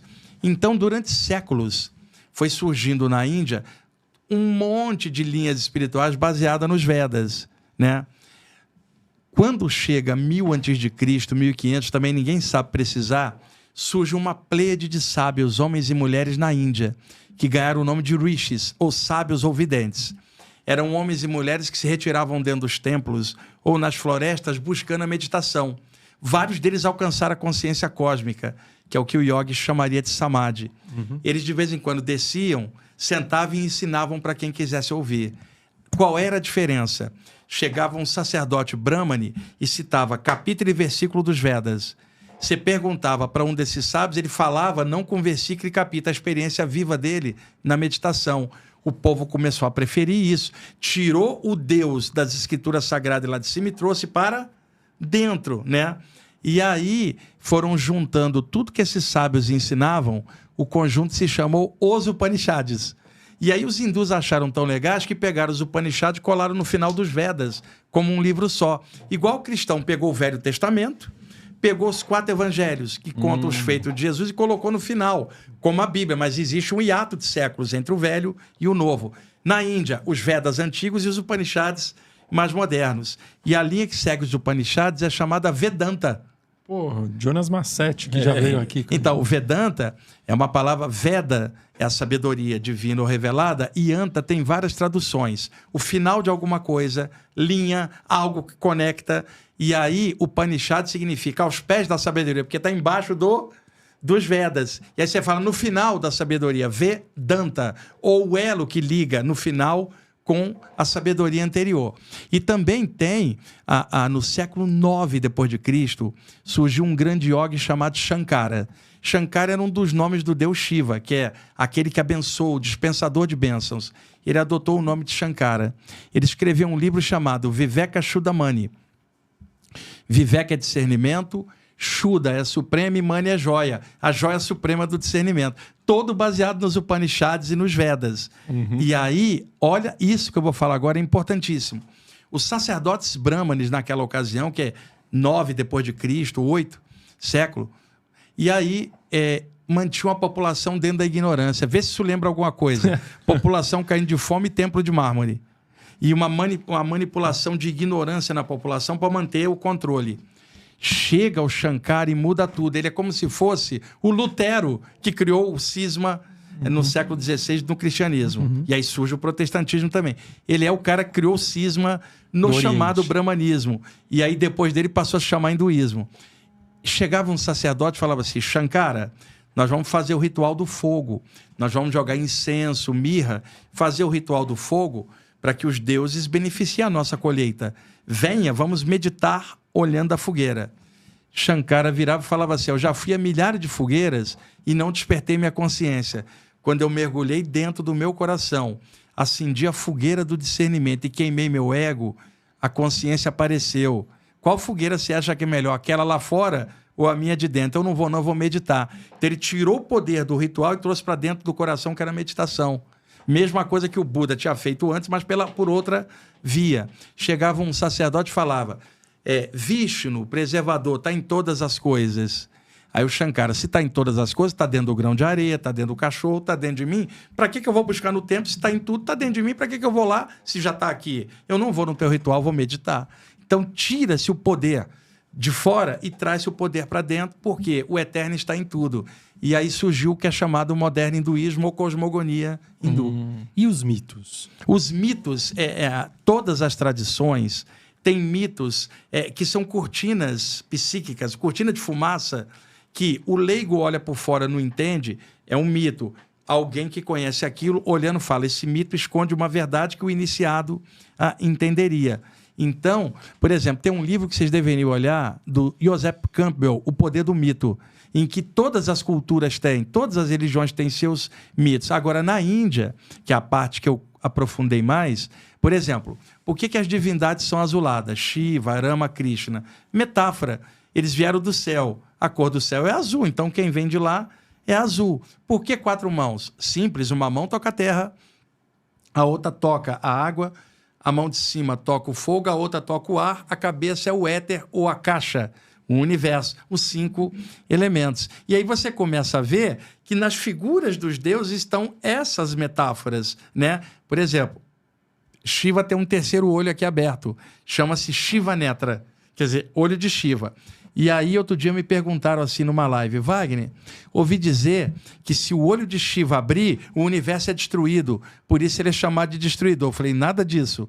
Você está envolvida numa camada de ilusão. Shiva chega, abre o olho e dissolve a ilusão e fala, isto é o real. Então, o que ele destrói? O teu universo ilusório. O ego. O teu ego. Caraca. Então, ele é destruidor do que é inferior, porque na natureza tudo é energia, nada morre, nada nasce, tudo é transformado. Conclusão, como Shiva poderia destruir algo? Agora, ele destrói tua ignorância. Então, por esse entendimento, Shiva tem um tridente na mão. O tridente tem 3 pontas. Muitas linhas hindus dividem as energias em 3. Então, por exemplo, tudo aquilo que é estimulante é chamado rajas. Tudo aquilo que paralisa é tamas. E o que equilibra é sattva ou sattva, o nome. Então, por exemplo, você toma café, é estimulante, ele é rajásico. Come a feijoada, te deixa todo pesado, é tamásico. Arroz integral equilibrado. Então, eles passaram a usar essa referência. Por exemplo, alguém que briga por qualquer coisa, rajas. Alguém covarde, tamas. E alguém que sabe a hora de brigar, a hora de calar, sattva. Então, essas 3 energias são as 3 pontas do tridente. Caramba. Que é o controle das energias. Olha só, a cobra naja que o Shiva tem no pescoço, você já deve ter reparado em algum documentário, a naja é uma cobra muito venenosa e ela desliza pelo chão e ela é capaz de erguer a parte da frente do corpo, né? Ela tem uma musculatura no corpo forte, ela enrola e a cabeça faz aquela posição assim, né? Então, qual é a metáfora do Shiva com a naja? Olha só que espetacular. Um ser que rasteja pelo pó da ignorância. Resolveu erguer a cabeça para o céu, que é a naja em pé. E ela tem um capelo que parece que a cara fica grande. Então, um ser que rastejava pela treva. Resolveu erguer para o céu e abriu a consciência. E aí a abertura de consciência é o Shiva, consciência cósmica. Por isso ele tem uma naja. Agora, imagina, o leigo olha e fala, eu não gostei desse Shiva, ele tem cobra e tem tridente, isso aí é o demo. Repara bem. Não, sim, toda religião tem, o cristianismo também tem. Você não vai pegar a história de Adão e Eva ao pé da letra. Sim. Né? São metáforas, não vai achar que a humanidade só tem 6.000 anos. Então, hoje, muitos pastores falam nisso, padres também, com a mente mais arejada. Que é claro que se olha aquilo com um simbolismo, uma sabedoria que interpreta de uma forma diferente, né? Então, esses mitos escondem verdades. Ficou preso no mito, você vai ficar cheio de medo. Ultrapassou e entendeu aquilo, você viu que o mito era a porta de entrada para uma sabedoria que estava atrás. Inclusive, o Júnior Legraz veio aqui há algumas semanas e foi a nossa primeira pergunta para ele, né? Se a gente veio de Adão e Eva ou dos macacos. E a resposta ele deu, a gente convida todo mundo a assistir. Nenhum dos dois. Eu também acho, nenhum dos dois. Que a consciência, cara, não é física. Exatamente. Vem do infinito. Manda bala. Eu tenho uma dúvida que é o seguinte. Jesus e o cristianismo falam de você olhar para o próximo. Eles pregam o amor ao próximo. O budismo, pelo que você já falou, olhe para dentro. Mas o que acontece? Você olha para dentro, desperta a consciência, brota a compaixão. É a mesma coisa, só que por uma outra via. Mas o hinduísmo fala o quê? O hinduísmo fala também, quebra a tua ilusão, quebra a maia, quebra o teu ego, que teu coração expande em amor. Ou seja, todos três vão te falar de um amor caem no maior. Amor no final. Não, cai não, sobe, eleva. Amor, cara, sem amor nenhum de nós vai avançar. E é claro que falando amor, eu não estou falando de aventura romântica, um filme de Hollywood, que é isso que muita gente acha. E muitos pesquisadores chatos na área parapsíquica, você acha que você fala de amor porque é emoção. Cara, como é que você vai viver só de intelecto sem sentimento? Então, o intelecto frio, seco, só faz besteira. Porque é poder sem sabedoria. E o amor sem inteligência vira fanatismo. Precisamos equilibrar o amor com a inteligência. O resultado chama-se sabedoria. Então, todos os grandes mestres falavam caminho do coração. Nenhum deles falou caminho da cabeça. E o caminho do coração para eles era o caminho espiritual. Desperta a tua consciência. Compaixão. Todos eles falaram isso com palavras diferentes, com cultura diferente. Todos eles falavam de amor e que sem você verter uma compaixão, você não tem como quebrar o teu ego. E o que é o amor para você? Se eu descrever o meu intelecto descrevendo o amor. Deixa eu dar uma pista. Existe alguma universidade do amor? Não, porque seria intelecto. Já qualquer estudo, universidade é conhecimento. Conclusão. Quantos intelectuais vocês conhecem que sabem tudo menos amar? Então não existe uma universidade do amor. Existem religiões até que tem o rótulo. Mas que qualquer estudo sobre amor é o intelecto. Então, amor é estado de consciência. Por exemplo, pega um casal que tem filhos. Quando surge a criança, brota um amor que você não sabia antes. Aí, como esse casal pode explicar para alguém que não tem filho o amor por um filho? Aí a outra pessoa fala, mas eu estudei tudo isso. Tá, mas você não teve um. Então, um casal vem em São Paulo dar um curso de como lidar com os filhos. Todo mundo adorando. No final, todo mundo danado. O casal não tinha filho. Como é que esse casal vai explicar isso aqui, Maurício? Você, 4 horas da manhã, seu filho acorda, pula na sua cama e fala, pai, quero brincar. Mãe, quero brincar. Aí você finge que está dormindo, a criança vai lá falar, abre o olho, pai. Como é que você vai explicar isso num compêndio, cara? Então, tem coisa que é a experiência como estado de consciência. Então, o amor é um estado de consciência. Todo mundo sabe e não sabe, porque o que se sabe é o intelecto. E intelectuais têm uma dificuldade de compreender amor exatamente por isso. Então, amor é um estado de consciência. Só sentindo. Eu gosto de escrever nos meus textos. Isso só se sente, não se explica. Se explicar já é o intelecto. E aí o intelecto vai criar caixinhas para poder formatar e classificar aquilo. Amor é estado de consciência. Por isso, grandes mestres pautavam no amor, porque senão a gente vai ficar preso no intelecto. Agora, muitos religiosos querem só a parte afetiva e não querem inteligência. Tem que ser o equilíbrio, cara. A inteligência com amor e ética e alegria somados, isso se chama sabedoria. Nenhum de nós tem sabedoria. Podemos ter conhecimento, um monte de coisa, mas nós estamos na Terra para aprender. E outra, como é que a gente aprender a lidar com isso num plano elevado, num paraíso onde não há problema? Que lição que a gente teria? Nenhum anjo te daria um problema. Como é que você desenvolveria paciência? Agora, lidando aqui na Terra com os altos e baixos, você vai desenvolver, se você conseguir desenvolver amor, mesmo no meio da loucura, tudo caótico, tanta maldade rolando, e você desenvolver algo melhor que é dentro de você. Aí eu lembro de Jesus, a paz que não é desse mundo. Você desenvolver isso, você atravessa esse mar caótico de violência com outro olhar. Você compreende, não é que você chancela, mas alguém foi assassinado. Pô, que tragédia, que violência, que coisa horrível. Mas eu sei que ninguém morre. Então, isso não vai tirar a dor da minha perda. Mas eu sei que não é o fim. Então, sempre comento com as pessoas. Eu tenho saudade aqui, mas eu não tenho a escuridão da ideia da morte aqui. Como eu não tenho essa escuridão aqui, eu me sinto melhor aqui com essa saudade criativa, em vez da saudade que paralisou. Quantas pessoas perderam alguém e falam, não tem mais sentido minha vida? E a vida tem sentido, porque se não tivesse, ela teria ido embora. Se o outro foi, ela não foi, ela tem algo a fazer. Há um sentido. Há uma missão, ela precisa descobrir isso. E a missão não é fazer, às vezes, algo grandão, como muita gente imagina. Eu sempre costumo falar, a tua missão é, faz o melhor que você puder. Seja lá o que for. Você é médico, puxa, se apaixona pela medicina e usa ela como veículo para curar. Você é professor, se apaixona pelo que você ensina e faz isso com amor. Perfeito. Poxa, e daí, você é pai, seja o melhor pai que der. Você é filho, seja o melhor filho. Você é mãe, qual é a missão? Faz o melhor que você puder no cantinho que Deus te colocou. Ninguém pede. Esse é o propósito da vida. É o propósito da vida, que não é um propósito esse ou aquele. É você se descobrir fazendo o teu melhor naquilo que você escolheu. Você é pintor? Pinta, caramba. Você gosta de piano? Toca. Então não deixa o sonho morrer por causa das coisas ruins. Não deixa as vozes externas interferir na sua voz interna. Bate aqui, Maurício, ó, aqui, bate aqui que olha, é isso, cara. Muito bom, muito bom. E só um ponto aqui, a gente já falou algumas vezes lá atrás, quando a gente estava começando, alguém falou isso para mim, para o Maurício, né? Somos jovens, ainda não somos nem noivos, nem casados, mas já falaram isso uma vez pra gente. E quem for mãe, pai, pode comentar aí. Falaram que a gente só vai conhecer... Olha que coisa maluca. A gente ainda não conheceu o verdadeiro amor.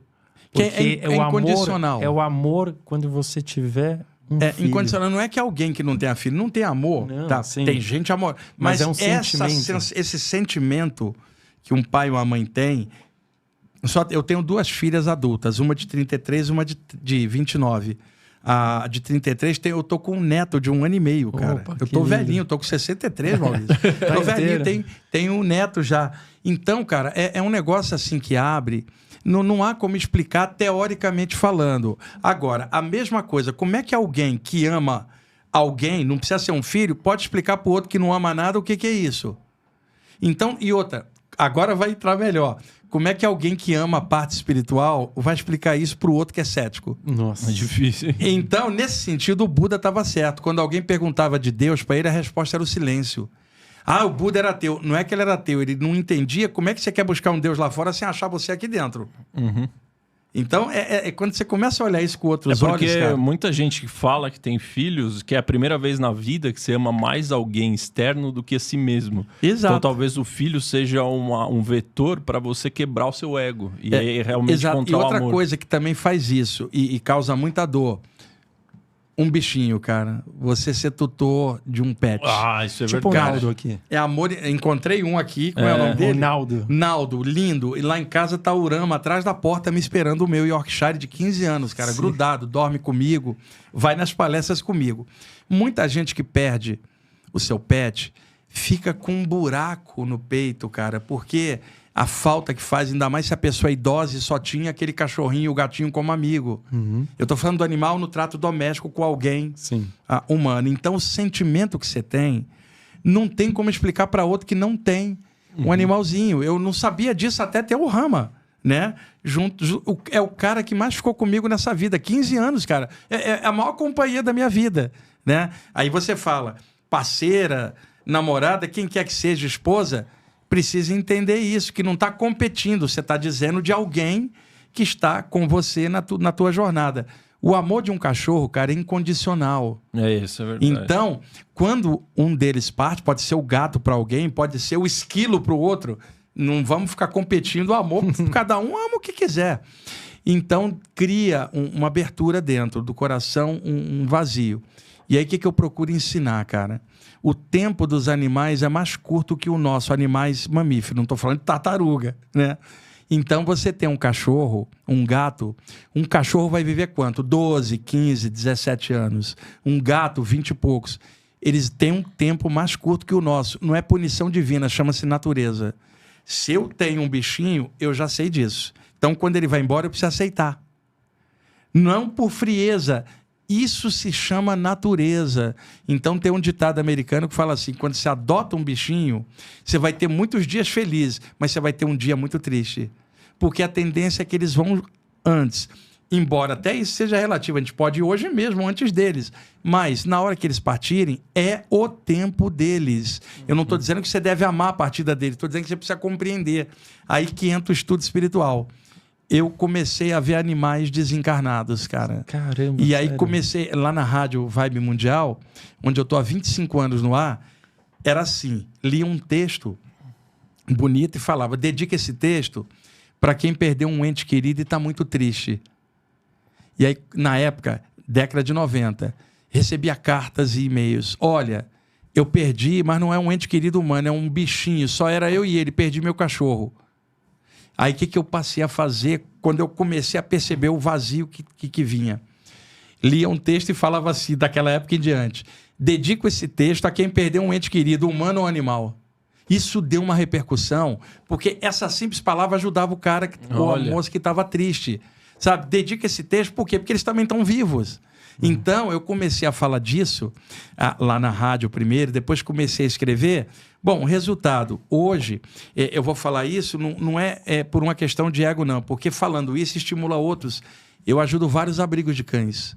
Lá na Rádio Vibe Mundial, vários apresentadores ajudam o abrigo de cães que a rádio manteve durante anos e hoje tem a ONG Canto da Terra que está mantendo. Eu e outros apresentadores ajudamos na ração dos animais. E o último livro que eu fiz, pela editora Lunai, eu deixei os direitos autorais para a ONG Canto da Terra para ajudar. Então, eu faço muita palestra arrecadando, às vezes, alimento, que depois distribui para comunidades carentes, e bastante ração para animal. Olha. Estava agora em Caxias do Sul, arrecadamos ração para caramba.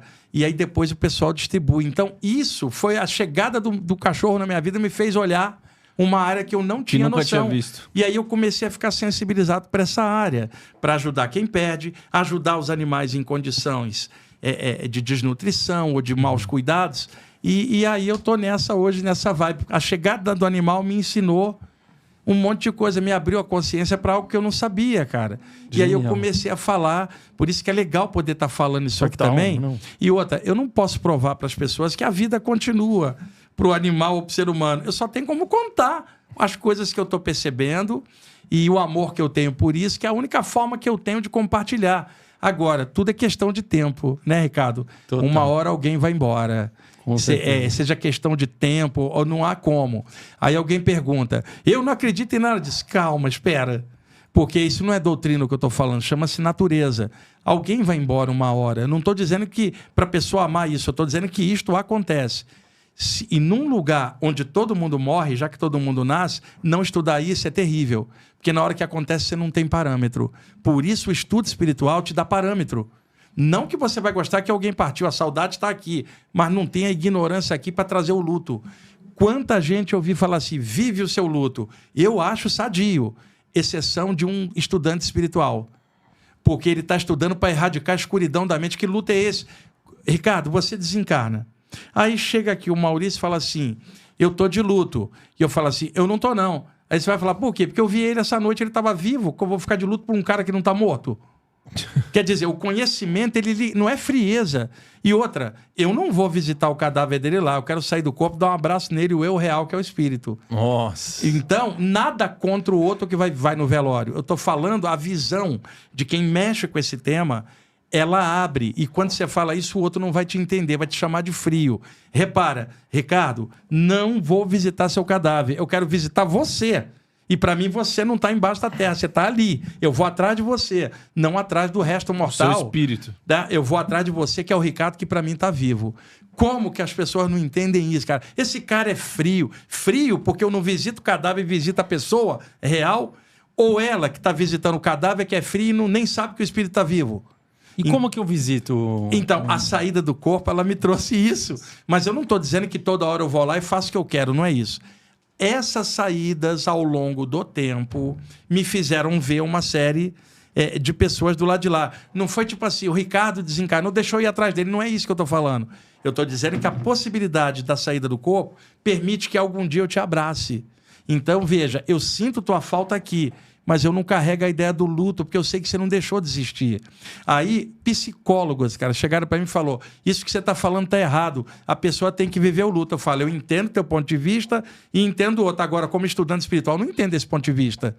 Porque, psicologicamente falando, a ideia da morte para mim acabou. Como que eu vou ter luto por um troço que não existe? E só foi ele passar para outro plano, isso não é morte. Somente saiu, não morreu. Mudou para o andar de cima, mas não morreu. Então, o luto nesse sentido não é falta de amor. Muda o ângulo de visão. Eu não vou apontar para o cadáver, vou apontar para você, onde você estiver, e vou falar... Um abração aí, viu, Ricardo? Como é que eu vou falar isso pro cadáver? Eu olhar pra tumba e falar, um abração, seu cadáver. Como é que eu vou falar isso? Eu falo, um abração aí, Ricardo. Então, eu já sofri muita crítica por falar essa verdade como estudante espiritual do ângulo onde eu tô. Mas eu entendo todo mundo. Eu tô falando quem estuda a temática espiritual, se não abrir a consciência, não está adiantando o estudo, porque durante a perda ela vai sofrer igual o materialista. Não está caindo a ficha. E aí, poxa, você pega um livro como o Siddhartha. Você está lendo aquilo, eu falo, Ricardo, você não pode ser o mesmo depois de ter lido esse livro, cara. Não. Porque você está ponderando coisas maiores. Então, é claro que a tua visão sobre coisas menores vai mudar diante da abertura que teve. Aí alguém chega e fala assim, o Ricardo leu esse livro, agora está pensando em outras coisas. Como se você tivesse feito um erro. Sim. Imagina, estudando a parte espiritual, um dos objetivos, erradicar a escuridão da morte na mente. Isso tem que ser falado. E outra, não estou doutrinando, não estou representando movimento nenhum. Isto é o que o estudo espiritual de qualquer área, quem aprofundar, encontra essa verdade. E se eu quiser realmente me aprofundar então, e chegar ao ponto de encontrar um ente? Por exemplo, minha mãe faleceu. Sim. Quero encontrar. Primeira coisa, elimina o medo. Porque o medo não deixaria nada acontecer. Por exemplo, Maurício tem uma vozinha que ele ama. É a pessoa que ele mais gosta. A vozinha dele foi embora por idade. 1 ano depois, Maurício acorda de madrugada no quarto dele e a avó dele está em pé olhando para ele. Tá, o que o Maurício deveria fazer? Cobrir a cabeça, gritar ou falar, oi vó, como você tá? Reconhecendo nela uma presença espiritual que um dia foi a avó dele aqui. Mas não. Ai, meu Deus! Aí começa a gritar. O que o Maurício fez? Pegou a avó que ele amava tanto, transformou em fantasma. Transformou o amor que era natural em algo sobrenatural. Agora ele não beija a avó, ele corre dela. Então, isso eu acho uma sacanagem. Você transformar um ente querido em fantasma do além, cara, é isso que o medo cria, as superstições cá embaixo. Então, a melhor coisa, começa por leituras variadas. Entra na livraria e pesquisa. Aqui, observa, olha o índice, olha... Observa o que atrai. Olha, esse aqui eu recomendo, viu? Esse é o livro Viagem Espiritual, da editora Luz da Serra. Qualquer livraria grande tem, ele está na 8ª edição. É uma das principais obras hoje no país. Tem outras obras de outros autores bons. E ele tem 58 ilustrações coloridas do artista Leonardo Dolfini, ilustrando todo o livro. Qualquer livraria grande tem, ou no site da Luz da Serra, na Amazon também tem. Imagens coloridas das saídas do corpo. Ajuda a pessoa a entender. Agora, Ricardo, eu só recomendo alguém estudar algo assim se a pessoa tiver a fim de quebrar paradigmas antigos e estudar e observar. Não precisa acreditar em nada. E não leia só esse, leia outros para fazer a visão de conjunto. Na média, ela acaba entendendo, cara. Seja esse tema ou outro que ela buscar. Muito bom. E deixa eu te fazer uma pergunta. Só um minutinho, deixa eu só falar aqui que agora você estava falando do animal, né? Do amor animal, até emocionei aqui. E vendo uma gravura aí do seu livro mesmo, tem uma imagem que é o tutor e o cachorro fora do corpo. Fora do corpo. Eu queria... E tem o meu cachorro também, são 2. Ah, tá. Eu queria entender melhor essa figura. Assim, você, por exemplo, o tutor conseguiria se comunicar com o cachorro que já foi também? Sim, só que essa comunicação não é a comunicação igual aos seres humanos, é a comunicação de um ser humano com um animal. Por exemplo, eu tinha um gato chamado Ernesto. Era um gato de 13 anos, branco. Esse gato, só para ter uma ideia do gato, pegava todas as gatas do bairro. Minha mãe alimentava ele com tudo, dava carne. Pra você ter uma ideia, o gato fazia sexo com as gatas, comia carne, pra você ver. E eu dormia, muitas vezes, no sofá da sala, porque eu acordava muito cedo para trabalhar, não queria incomodar no quarto minha avó e meu irmão, que dormiam lá também. E era o lugar que o Ernesto dormia, Bruno. E aí, quantas vezes eu acordava de madrugada, o gato em cima de mim para eu sair do lugar dele. E eu, adolescente, dava uma cotovelada no gato e falava, sai você. Acontece que o gato pulava no braço do sofá, pulava numa mesa que tinha na sala e dali ele pulava em cima da geladeira. A casa era pequena. A geladeira ficava na passagem da sala para a cozinha. Então, deitado no sofá, eu enxergava o Ernesto dormindo em cima da geladeira, que para ele era quentinho ali em cima. Uma noite, Bruno, eu acordo dormindo de barriga para baixo, totalmente paralisado. Já estava acostumado. Eu sabia que se eu relaxasse, eu teria uma saída do corpo. Estou deitado de barriga para baixo, começa a acontecer aquela soltura espiritual, quando de repente salta uma coisa nas minhas costas. E eu, 16 anos, falei, é um espírito, né? Na época eu tinha medo ainda. Quando eu ganhei a altura fora do corpo e olhei, o gato estava fora do corpo. Eu olho para cima, o corpo dele estava deitado em cima da geladeira e o gato de frente no ar, uma cópia exata, luminosa, deu um pulo e encaixou no corpo. Levantou a cabeça e continuou me vendo. O danado era clarividente também. Eu comecei a rir, cara, porque eu estava vendo o gato que ele existia fora do corpo humano. Com o passar dos anos, eu comecei a ver animais do lado de lá. E aí, depois que o Urama, o meu Yorkshire, veio morar comigo, teve uma noite, Bruno, eu me virei para o lado direito, a porta do quarto para lá, e eu me virei para a parede. E ele dorme colado comigo. E eu ergui o meu pensamento ao alto, pedindo que me mostrassem como seria o animal do lado de lá. Porque eu também, devido agora à relação com esse bichinho, isso me aguçou a curiosidade. De madrugada, eu acordo paralisado, virado para a parede, a porta do quarto aqui, o armário aqui. E um erro que todo mundo comete. Por exemplo, Ricardo, você está virado para cá, entrou um Maurício que é um espírito, você vira, quem está aí? Você não vai ver nada, porque ele não rebate luz. Então, se eu estou aqui e sinto algo, eu teria que ver com a mente, por clarividência. Se eu abrir os olhos, eu não vejo. É o erro que todo mundo comete. Entrou um ser de 1,5 m, vestindo um capuz azul, um manto azul, segurando um cajado com um cristal na ponta. Esse ser encostou perto da cama, cara. Eu via ele mentalmente sem me virar e se comunicou comigo por telepatia. E aí ele falou assim, eu vou mostrar de onde vem o seu cachorro. Abriu com as mãos um portal luminoso e eu via um lugar onde tinham milhares de cãezinhos Yorkshires, cara, uma latição. Ele falou, esse é o plano de onde vem, não é o plano físico. E ele pode voltar para lá, como ele pode acelerar a evolução dele com você, acostumar com o ser humano e após a morte querer ser humano perto. Então tem cuidadores de animais do lado de lá. Olha só. E aí ele me fez uma revelação que eu nunca encontrei isso em livro. A nossa coluna está na vertical. Então os nossos chakras, que são os centros energéticos, nós temos um voltado para as estrelas e os outros voltados. O animal, como ele está na horizontal, exceção do macaco, que está começando o cachorro, por exemplo, a coluna dele é na horizontal. Então os chakras dele são na horizontal, os nossos são na vertical e com um para cima. Então no animal funciona fome, que é o chakra da barriga, sexo, que é o gênito urinário, e a base da coluna, que é sono. Quer dizer, por isso que eles fazem isso o tempo inteiro. Exatamente, é por instinto. Quando eles vêm viver na natureza, é verdade. O que o teu cachorro quer, cara? Quer comer, dormir e pegar alguém, se ele puder, né? Então, quando o animal vem viver perto, na natureza, o animal é preso ou predador, né? Quando ele vem viver perto de você, você não é preso ou predador, é outro ser diferente. Ele acostuma com você, a relação, se é positiva, desenvolve agora o chakra cardiorrespiratório que estava em subnível. Olha. E que desenvolveria na natureza mais lento. Ele está vivendo com alguém que não é preso ou predador. E você tratando ele com respeito, o teu cachorro, ele lida com um ser que também desenvolve amor e o dele é incondicional. Quando ele desencarna, ele não pode voltar para a matriz original, onde era preso ou predador na natureza, ele quer ser humano perto. Então existem locais extrafísicos para animais desencarnados domésticos com cuidadores humanos desencarnados. Por isso que eu sei que a vida continua. O Urama, uma hora vai desencarnar, vou sentir uma falta danada dele aqui, mas ele vai estar em outro plano com um cuidador. Eventualmente, talvez ele desça de novo. Vai saber. Aí mostra aí. É Naldo o nome dele? Olha só que bonitão, ó. Esse é o Naldo aí. Eu não vou poder mostrar essa live pro Urama, que ele é ciumento pra caramba. Se ele souber que eu fiz carinho no Naldo, ele vira a cara pra mim. Tava dormindo o Naldo aí, ó. o Naldo aqui pra ele fazer a participação, né? Imagina, cara, uma criatura dessa, se a gente for comparar, Bruno, o amor que esse bichinho incondicional tem é superior ao nosso amor, cara. Muito Como mais. que minha vida vai continuar, a dele não vai?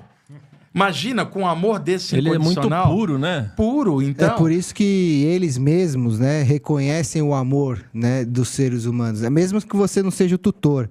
Eles sabem quando o homem, né, a figura, né, o homem em geral, tem o amor, né? Eles percebem, assim, quando gostam realmente dele. Então, assim, isso é uma coisa surreal, assim. Então, eu, por exemplo, eu não tenho um cachorro, mas, assim, o Naldo, os amigos que eu tenho cachorro, todo mundo tem cachorro, eu tenho um amor muito grande. Eu falo que são todos os meus...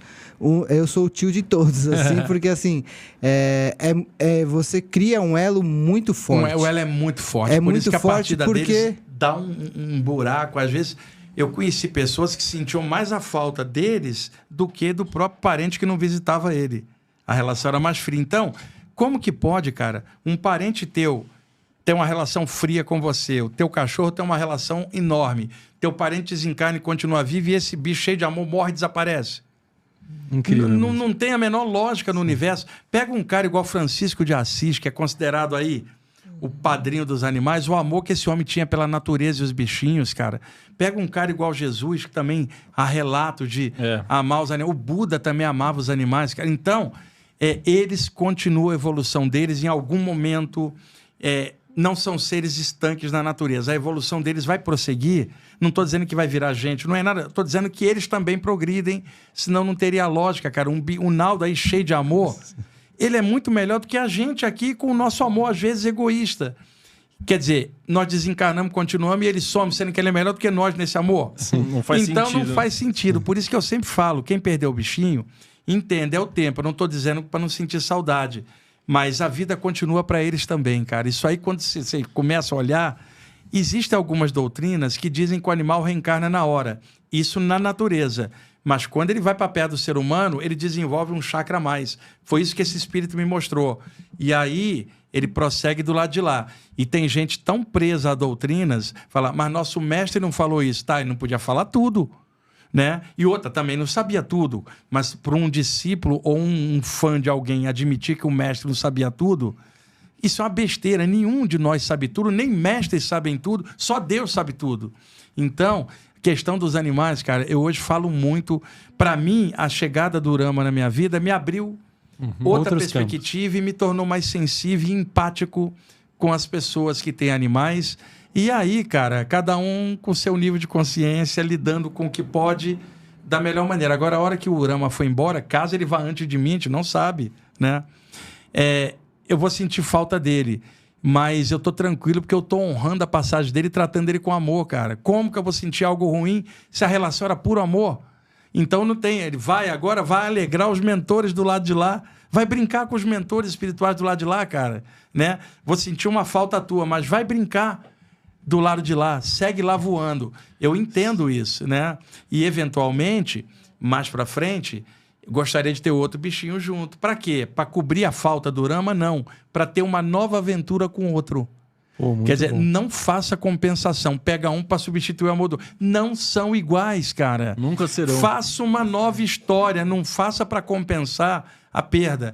Que esse novo ser faça uma nova aventura com ele. Dê de amor para ele. E quando foi embora, honrei essa relação, tá? Era dele incondicional, o tempo dele é mais curto, mas a passagem dele pela minha vida me melhorou. Como que eu vou ter alguma coisa ruim quando ele partir, se a passagem dele me deu tanto, cara? Sensacional. Então é assim que eu raciocino hoje. E muito lindo, muito lindo. Uma aula de alento para quem tem aí pets, gatos e cachorros e está sentindo falta ou tem medo da falta quem tem que possa esquilo, vir. tem gente que gosta de ofídio, cara.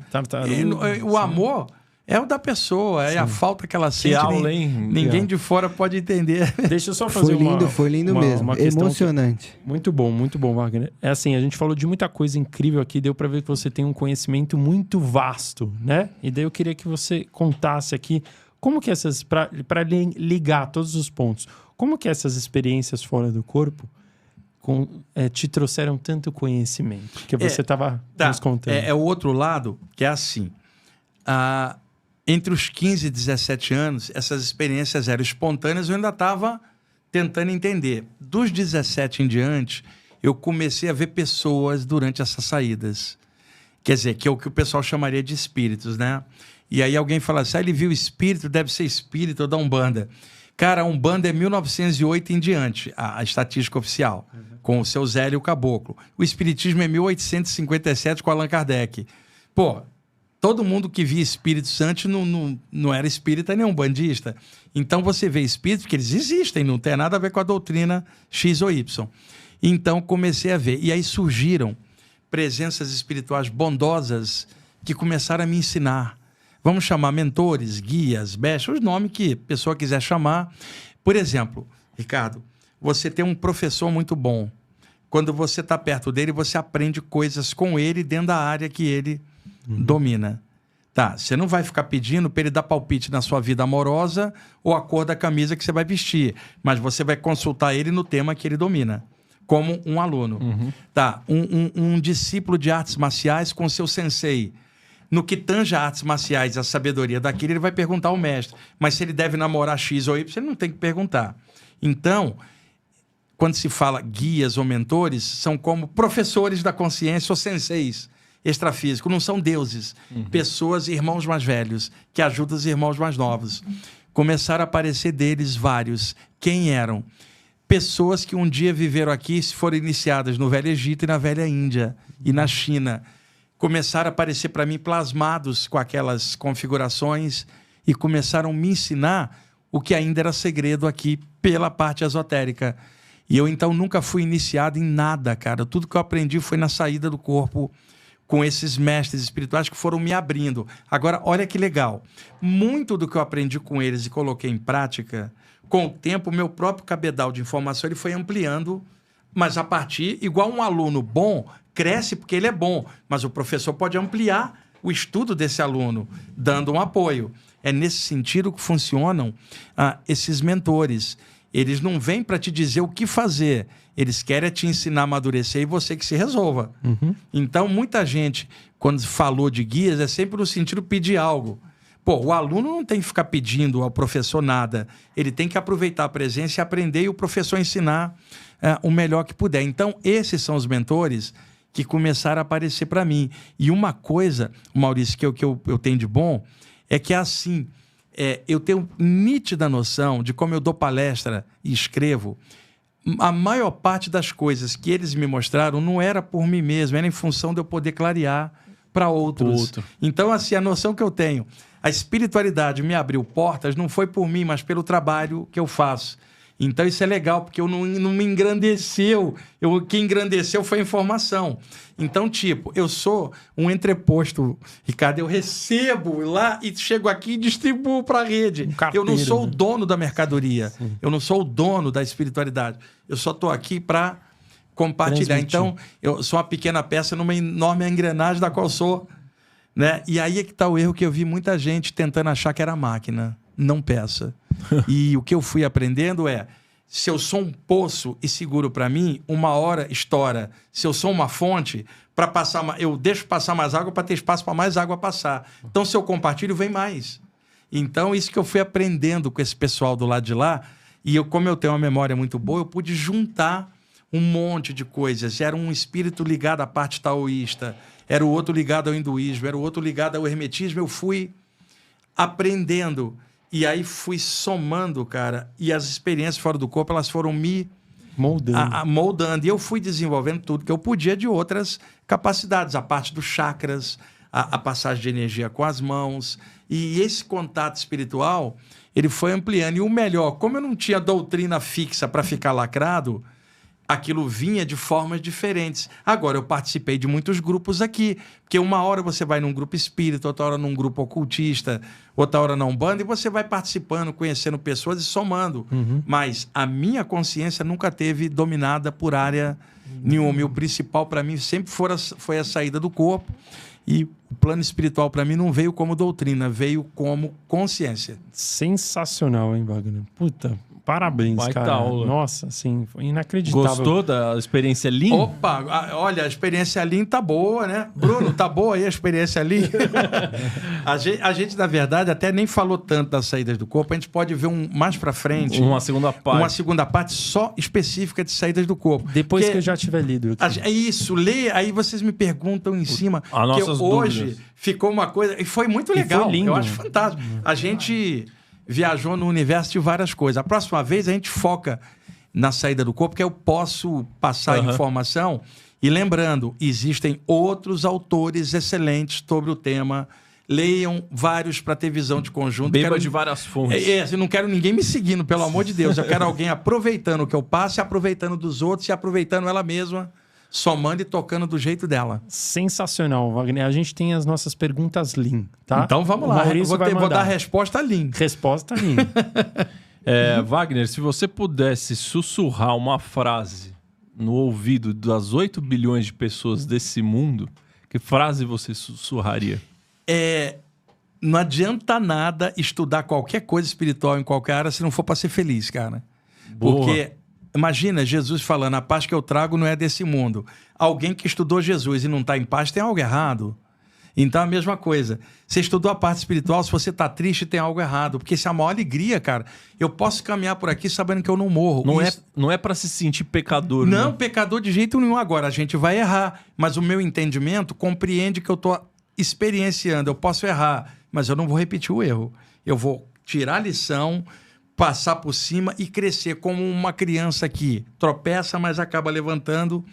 Pecado não, cara. O que tem é a incompetência da gente de fazer melhor. Mas a gente está lutando, né? E amanhã vai estar melhor do que hoje. Sensacional, hein? E a minha pergunta, Linha, é a seguinte. Se você tivesse à sua disposição uma máquina do tempo, você pudesse entrar nela e viajar lá para o passado para encontrar alguém aí que você tá a fim de encontrar e ainda não encontrou nas suas, né, nos seus momentos... ou se você também pudesse vivenciar uma história da humanidade. Cara, ou então você poderia entrar na máquina do tempo lá para o futuro, para ver como que a gente vai estar daqui por uns exemplo, imagina um cara igual Jesus. Eu não, por exemplo, entrei numa máquina do tempo, fui lá conhecer Jesus. Por exemplo, eu não imagino um Deus falando comigo. Imagino Jesus como um cara que sentaria do meu lado e conversaria como o melhor amigo que eu tenho. Quer dizer, e conversaria das coisas que eu não converso com ninguém. Como uma pessoa compreensiva me entendendo completamente, não me julgando. Se eu sentasse do lado do Buda, cara, eu tenho certeza que só o olhar dele, não precisava falar nada, pelo olhar viria tudo. E se eu sentasse do lado do Krishna, eu sei que teria uma risada muito legal. Então, se eu pudesse estar de frente com esses caras, eu simplesmente ia ficar muito contente. Mas esses caras não são fáceis da gente chegar perto, nem hoje, nem em época alguma.